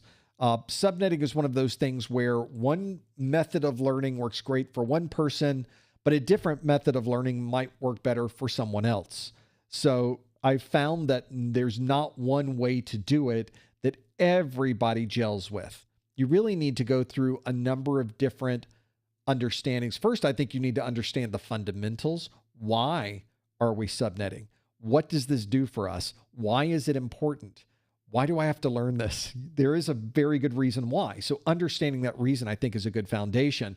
And then learning how to do it, I call it manually, which is converting between decimal and binary and decimals, probably the most fundamental way to do it, but it's also the slowest. So that's why we've created these shortcuts. And once you get very good with the shortcuts, you'll start to find that they become more natural, that you start to automatically see some patterns in the data and you no longer have to refer back to many of the charts. And that's what you're really looking for. And you'll find once you start working with certain networks and certain subnets and certain configurations and certain subnetting designs, you'll start to automatically do it in your head. So I can, for instance, I can subnet for you a 255.192 network without any type of chart, without any type of shortcut. They are already embedded into my brain because I used to manage a network with that subnet mask. But when you do that for a long time, really even for a short time, it just becomes a second nature for you. So that's another example of how subnetting is hard. It seems like it's super hard until you suddenly realize that it isn't. And that's the problem with things you don't know. We are always afraid of the things we don't know. I am super afraid of the things I don't know. I work a lot on fear. If I don't know something, that's got to be that's like rocket science, right? I'm going to have to know calculus. There's some type of X factor thrown into it. How am I? Oh, that's it? That's how it works? Oh, that was easy. I thought that was hard. You worry about so much of this. And then when you finally learn how to do it, you realize, I thought it was much more difficult. I was making it much more harder on myself than it really is. That is my quick description of what subnetting is. And you will run into this too. You will hear a noise. There'll be a ding and a light will turn on above your head and you'll hear angels singing and you realize, that's how you do it. It will suddenly all make sense for you. So don't worry if it seems frustrating at first. It will suddenly and almost magically, inexplicably, suddenly click in, just boom, and you'll suddenly have it. So that's another one to think about. And a lot of people, they send me notes and say, why would I want to do 7-second subnetting? I could just do this with my own method. That's great. Do that. Whatever it is, find the method that works for you. Borrow a little from this one, borrow a little from that one, put it all together and make your own. That's the best way to do it in my mind. Absolutely, you should do that. More lists in here. Let's keep going through this list and have it in the mix of this. there were so many questions about the performance-based question. I'm getting a lot as I'm scrolling through. Performance-based question we did today because there was a lot of people said some of these should have been bloatware, except bloatware is already installed on a system that you've obtained. Your brand new computer, you turn it on, it has bloatware on it. Or you install software and it includes additional features you don't need. That wasn't the scenario we ran into with the one we were working with. When it's nefarious type software, when it's doing something bad to a system, that's not bloatware per se. But as I also mentioned, we often will have one type of way of getting into a system that then adds another. So we'll start with one malware type that suddenly becomes another malware type. And it could be that bloatware was installed into that particular system. And I think that's certainly reasonable to consider for that particular question. And it may be a situation where you would choose that on an exam if you ran into that scenario. Let's keep going through this list. We talked about rootkit type of attacks. And one of the things I mentioned in our study group was that we just don't see too many rootkit attacks anymore, primarily because we have found rootkits to be really, really bad. Rootkits were awful because they're invisible. When they get embedded into the kernel, they can effectively cloak themselves so that nothing can find them. It becomes very difficult to find a rootkit. And we realized right after that, we can't have that happening. Can you imagine having no ability to know that malware was running in a system? That's in the world of an IT security professional, we refer to that as bad. We do not want that to happen. And so we created, really this was a major emphasis in creating the UE5 BIOS and specifically the secure boot functionality. That secure boot functionality is a cryptographic functionality. It is looking at a digital signature, what it knows to be a digital signature of the kernel that you are running. Because everybody running Windows 11 on a 64-bit Intel system is all running the same kernel. You're all running the same code, that core piece of information to get everything running. Now, of course, once the operating system loads, everybody has something else that they're using. They're installing different software. Everybody has different things they're running on their computer. But Sam asks, regarding rootkit attacks, which, as I mentioned, we don't see very much anymore, does the TPM serve any function in protecting the system? This would be a great question for a study group, by the way. Sam, you're hired. Let's get you here and writing more questions for the study groups. This is one where we also have to know what the TPM does, the Trusted Platform Module.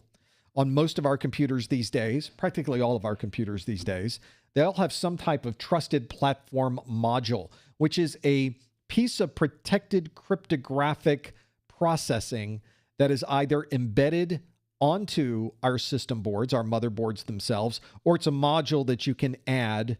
You can even take one off and add a newer version of it if you wanted to.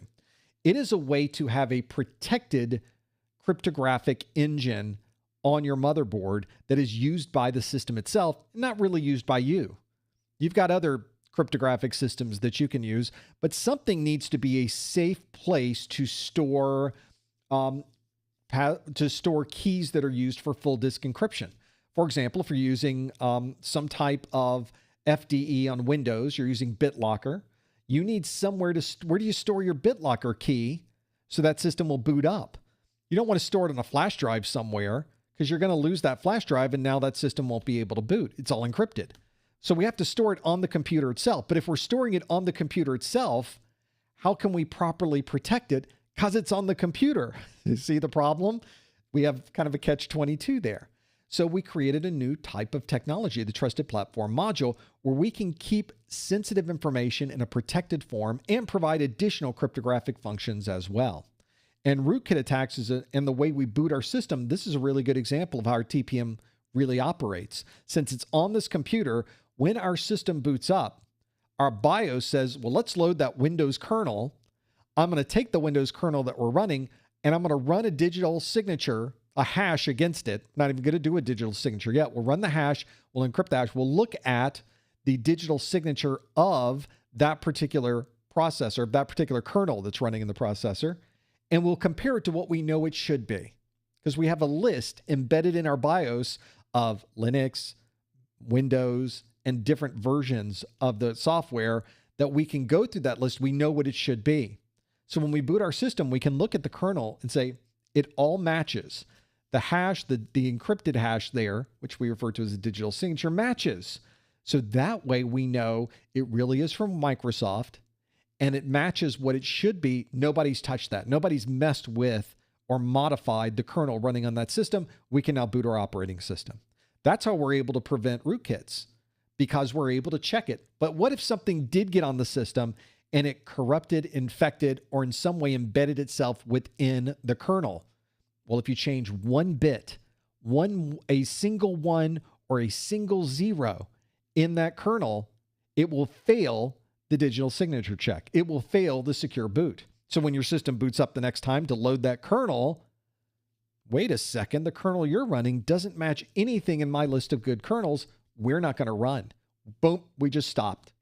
You're not even loading the operating system. We're not even running the kernel. You're infected. Something's wrong. It's a corruption of your storage drive. Something isn't right with that kernel. You're going to have to fix that because secure boot will not let you launch.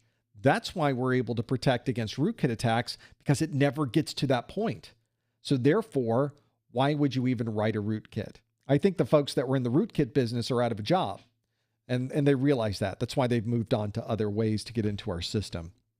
So it's how absolutely the TPM can certainly help you protect that system, because now you have a way to go through and find anytime a very important part of your operating system, that kernel, has somehow been modified by a third-party program.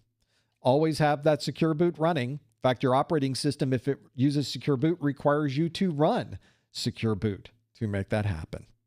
Let's keep going through our list. How are we in time? I have a hard stop at the top of the hour, so I want to get through as many questions as possible here. We'll go through this list.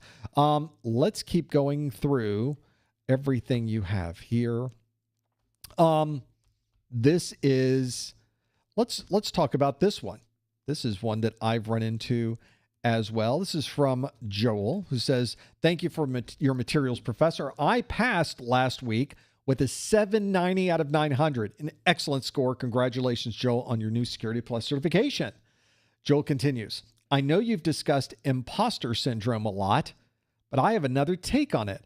I went back and changed several answers, after which I still wasn't entirely confident with them. So I feel like a lot of guessing got me over the hump. How would you feel if you had this reaction and the notion that one may have passed largely by luck? Well, that's one of the things that we are constantly faced with in our industry, many industries really, but I find it certainly prevalent in the world of information technology, is the idea that maybe we don't know enough to be able to do the job that we are doing. And the reality is we don't. We really don't know enough to do the jobs that we are doing, because we can't possibly know everything there is to know. This is why many people will often say, you need to be very good at research. You need to be very good at continuing to learn. You need to be very good at continuing to get these IT certifications, because it's one of the ways that we stay up to date with all of the technologies that we are using. It used to be, for example, that the A+ certification was what they called a GFL certification, a good for life. This good for life certification. So you earn your A+, you earn your Network Plus, you earn your Security Plus, and you could say that you are Security Plus certified for the next 20 years. Even though 10 years from now, nothing that was in that certification really applies anymore. Maybe I'm being a little bit hyperbolic there, but you get the idea. There's so many new things that happen in 10 years. We need some way to make sure that all of this information is kept up to date, that you're constantly learning the new technologies. I mean, if you go back 10 years, was cloud even a big thing? We were just sort of getting into the world of cloud technology at that point, trying to really understand how can we better automate this. Let's talk about these open methods for managing cloud services. We've come light years in 10 years from then. But all of those new things that we've done over those last 10 years are important to know. We have to keep up to date. We have to keep studying. We have to keep watching YouTube videos. We have to keep going to training classes. We have to keep going to industry certifications. We have to do trade shows and training classes, and everything that we would be doing now, we just keep doing it. You never stop. And even then, you will still not know everything you need to know. It's just the nature of the beast. The information technology world is way too big. And imposter syndrome is something that you sort of have to embrace. Imposter syndrome, for those of you that haven't run into this scenario, it's where you have been put into a position where you yourself feel like you may not be the right person for this job. You may not really know everything they need you to know for this particular position, but don't tell anybody because I really need this job to pay my rent. I need this job to feed my family. But in reality, you actually know quite a bit to be able to do this job. And very often, I am speaking as someone who has been in the position of hiring technologists for a role. When I was an IT manager, one of the things that was important is you not only need to find people that are knowledgeable in the things, at least the core things that you do as an organization, but you also have to find people that you can tell if they are very good at learning new things, because they will be learning new things. And this becomes one of those scenarios I also think, and we mentioned this earlier, the fear of the unknown is powerful. The fear of the unknown can sometimes be overwhelming. And I would say in every case where I have been in IT and somebody has presented to me a new project, a new product, a new application, a new operating system, a new something to be able to work through, those scenarios are very often debilitating because now I know nothing of that. How am I ever going to learn Windows 11? It just came out. How am I ever going to get into now we don't even think about Windows 11. Yeah, I got it. I'm fine. Yeah, I can tell you everything you need to know about Windows 11. We're in that scenario. And if you think back to before you got into that technology, how overwhelming it seemed, and then you compare that with how it really was, there's quite a gap. There's quite a divide. There's a bit of diversity there between those two. So you will get into these scenarios all the time where you're worried that you're just not smart enough to be able to do that. You're not good enough to be able to learn it. But the reality is we're all able to learn this content. It's not something that is so complicated that we're not able to make this happen. It's really more about managing our own personal expectations of ourselves. I think one thing that works for imposter syndrome is you keep doing this. Whenever you're presented with a new technology, with something you've never done before, you start to learn to embrace it. You start to learn to get as much information about it as you can, because the more you start to learn and the faster you learn this, the less anxiety and the less fear is associated with it. And therefore the less of imposter you feel when you reach those particular areas of learning those technologies. So that's what I think is important to take away from this, is you need to get into the mode of not just learning the technologies, but you need to get into the mode of how you go through the process of learning these technologies, so that every time you run into something new, when somebody comes up to you and presents to you, I need you to learn everything there is to know about email security with DNS. You need to understand SPF. You need to understand DKIM. You need to understand DMARC. Go. Well, what are you talking about? I remember DNS. I've never worked with the DNS server. And what are these strange SFP? What do you mean? I don't know. You get into that mode. But if you have already this process that you use to learn these new topics, you just apply the process. Okay, first thing I need is every YouTube video that's been made on these things. Let's search for every video out there on SPF, on DKIM, on DMARC.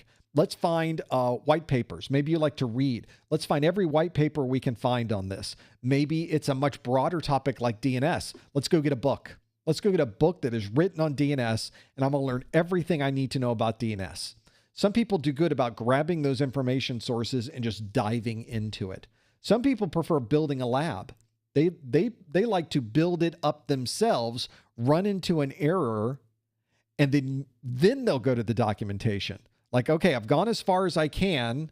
Now it gave me this message and I don't understand what that message is. Let's now pivot over to the instructions and see what the manual has to say. Okay, that's what that says. Let's get through that part, because failing is how they learn. So it really depends on your style of learning. and everybody has a different style. But I think once you understand the process for yourself, that suddenly imposter syndrome is less of an issue, and really getting in the resources you need becomes more of the issue. You're completely redirected into solving the problem rather than worrying about the symptom. And that's what we do in IT all the time, every day. Very often, by the way, it's not just you, and it shouldn't just be you. In IT, we have all of these people that are very smart and that have specialties in different areas. I've often talked about working with next generation firewalls. I was becoming very familiar and really getting into the APIs of firewalls. I was writing scripts that would communicate using the REST API of the firewall, have that firewall report back, and then perform another set of functions in that script. And I was becoming very familiar with how to do that with our firewalls. I was doing remote backups and changing configuration settings and updating the configuration of the API and setting different rules inside of the script and using different Perl libraries and integrating that into other scripting languages as well so that we could run it in Python. And it was really a fun thing to work on. It was a great project. And somebody in my organization called me and said, I've not worked at all with the API, and I have a question about using it, or I have a customer that needs to implement a certain thing. How do I do that? And then we'll go through it. We'll step through the whole process, and then I sort of pass that knowledge on to them. The next part of it was that I would run into a problem with BGP, and I'm not a BGP person, so I need a BGP expert. Turns out that guy's a BGP expert. Let me call him now and say, all right, we've done the API. Now tell me what I can do with BGP along these lines. And they would talk to me about, here's what we need to set up, and here's how it would look, and here's what your customer needs. And now we're doing those things. So it is often not just you. You're often working with other people as well to build out this knowledge. And that's another way that you can kind of get through that world of the unknown, the fear of the unknown, and being able to work in an environment where you can learn and not be afraid all the time, because that is something that I think is it can really affect what you do during the day and the things and the decisions you make. So the more you push yourself outside of those boundaries, get outside the box just a little bit, the better off you will be in IT for sure. Let's keep going. I got a few minutes left, so we will keep going through. This is a pretty good one. I'm not sure this is really that interesting to anyone. First, I want to, there was a question in the list where someone was asking about our physical books. If you've not seen them before, our physical books, like our practice exam book, or our course notes book. All of these are available in a digital PDF form that you can download immediately. But I think a lot of people like the physical books and being able to use the physical book to be able to work through those. The physical books themselves, we will send anywhere in the country. And if you are working with the physical books during checkout, it will give you information on shipping and how much the additional cost is to ship internationally. Picking up those books, I managed to give myself a piece of wood right in my, there we go, got it out. The splinter is gone. I was feeling like we would have to bring someone in with some type of medical help, but we managed to cover it up on our own. I'm not sure. Do I get any type of break for that? Is there some type of employee benefit? I should work on that too. Other questions that you have submitted. The one that I saw here that I wasn't sure a lot of you would be really excited about hearing of, but I will at least address a little bit of it. This is from my good friend, Anonymous. And Anonymous asks, please tell us a little how you got your first IT job without having certifications. This is, well, how do you know I didn't have certifications? Did I have certifications when I got my first IT job? I guess technically no. I have gotten a lot of IT jobs through the years where I had those certifications in place, but the very first job I got in IT, you're right, I did not have certifications. To be fair, it was back before we had printed paper, because I've been in this industry for a little bit. I've been there a little while. We used stone, and we would simply use chisels with the stone. It was a long time ago. one of the things here is this gives me an opportunity, by the way, to direct you to a video that is listed in this YouTube video description, which is how to get a job in IT with no experience. This is probably one of the most important questions we get, one of the most common questions we get, because I think a lot of people are working on these certifications because they want to get a job or they want to get a better job. So I give you in that video the 4 elements that I think are the most important for someone who is looking for their first job in IT. And I will very quickly give you the very quick overview. I'll give you a summary of the video. The video is 30 minutes long. And that's, of course, that is a lifetime in YouTube minutes, but it is chock full of information. There's no slack in there. I'm not spending time telling you jokes and cutting to other things. We're really talking about how do I get a job? What could be more important? So I focus in there on 4 different elements. The first element is it's great, and it still continues to be very good if you have a formal education. This can be an AA degree if you're in the United States, an Associate of Arts degree, or similar. It's a 2-year degree if you're somewhere outside the United States, or it may be a 4-year degree, maybe a bachelor's degree that you've received. And these don't have to be technical degrees, although it might help a bit, but they could be degrees like a management degree, like a biology degree, like an engineering degree. There's people in IT that come from many walks of life, that many professional studies. So it's one of those situations where you went through a formal education program, multiple classes, you apparently passed them because you got a degree. In my case, I barely counts. I got my degree. So that's a really good example of how you can earn that 2 or 4 year degree and show someone that you are trainable. That's really what that says. You're one of those people that can be approached with a problem and you know how to address the problem. So I think that's a good reason to look for a formal degree as that first element. The second element is you have some type of formal industry certification. You have a Microsoft cert, you have a CompTIA cert, you have a Red Hat cert, you have a cloud-based cert. You have something that you could bring to the table that applies to the job that you are looking for. I did not have one of those when I got my very first IT job. My very first IT job, I guess technically my very first IT job was during college. And it was because I was a student. I got a job working in the computer center, the computing center for the university. Now, at that time, the computing center was a enormous dark data center of mainframe devices, mostly mainframe, controlled data, DEC, a lot of DEC VAX that we were working with, and others to be able to work with it. And so I guess really one of my very first jobs with technology was at that data center. I was a lowly operator. My job was to babysit the console, make sure all the numbers were continuing to run. And if they stopped working, I called someone smarter than me to come in and fix it. It was clearly a technical babysitter is what I was doing. There was not a lot of skill involved there. There were other tasks that we did as well, but that was the core of it. That was really why we were there, to keep everything running. And it was usually at night, on the weekends, overnights, the worst possible scheduling. That's sort of how it works in these scenarios when you're the low man on the totem pole. But it was a very intriguing role.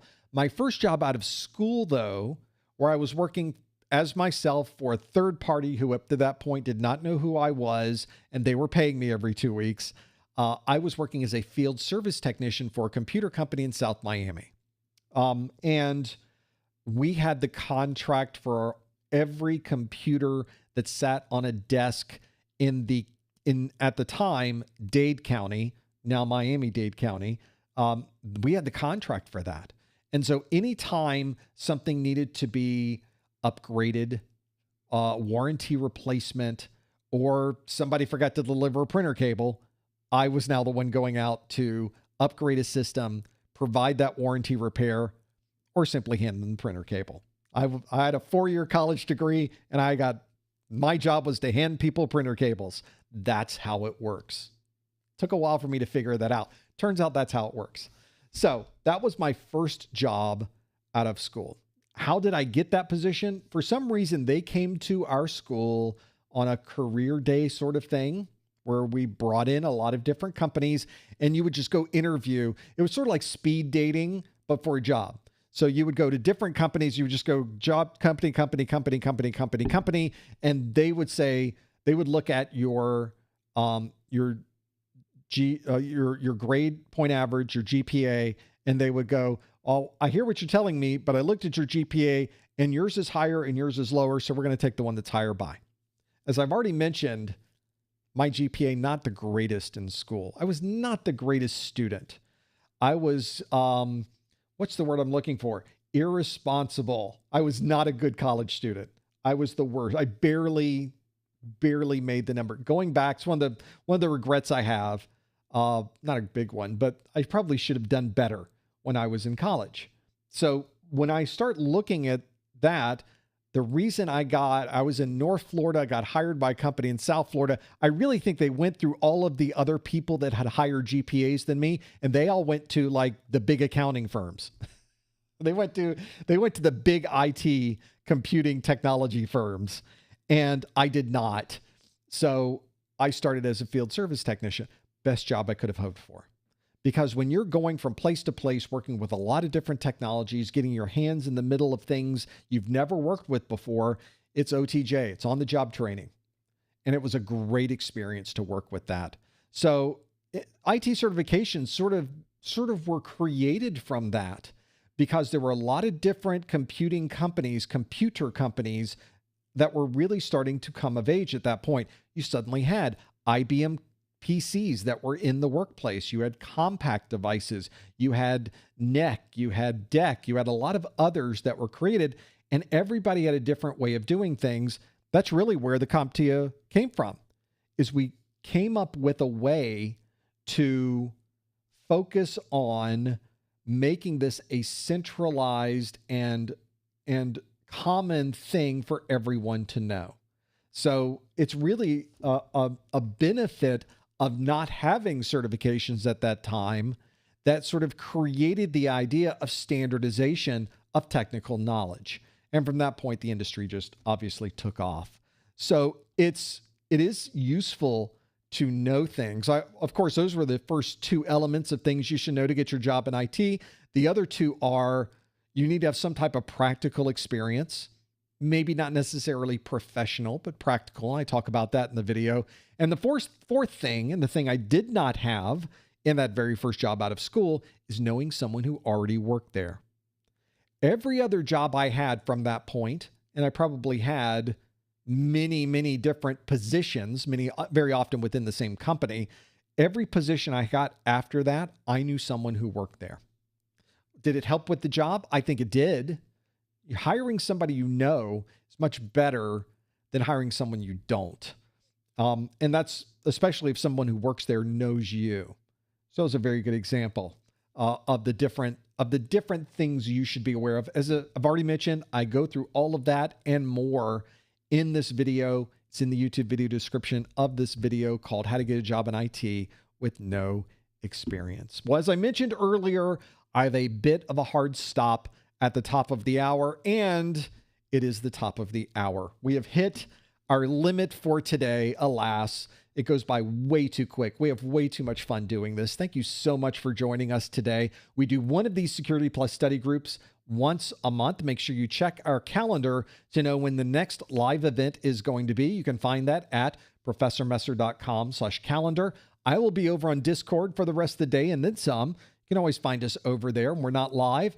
Find us at professormesser.com/discord, along with thousands of others that are studying for their A+, their Network Plus, or their Security Plus exam. I want to thank everybody for joining us today.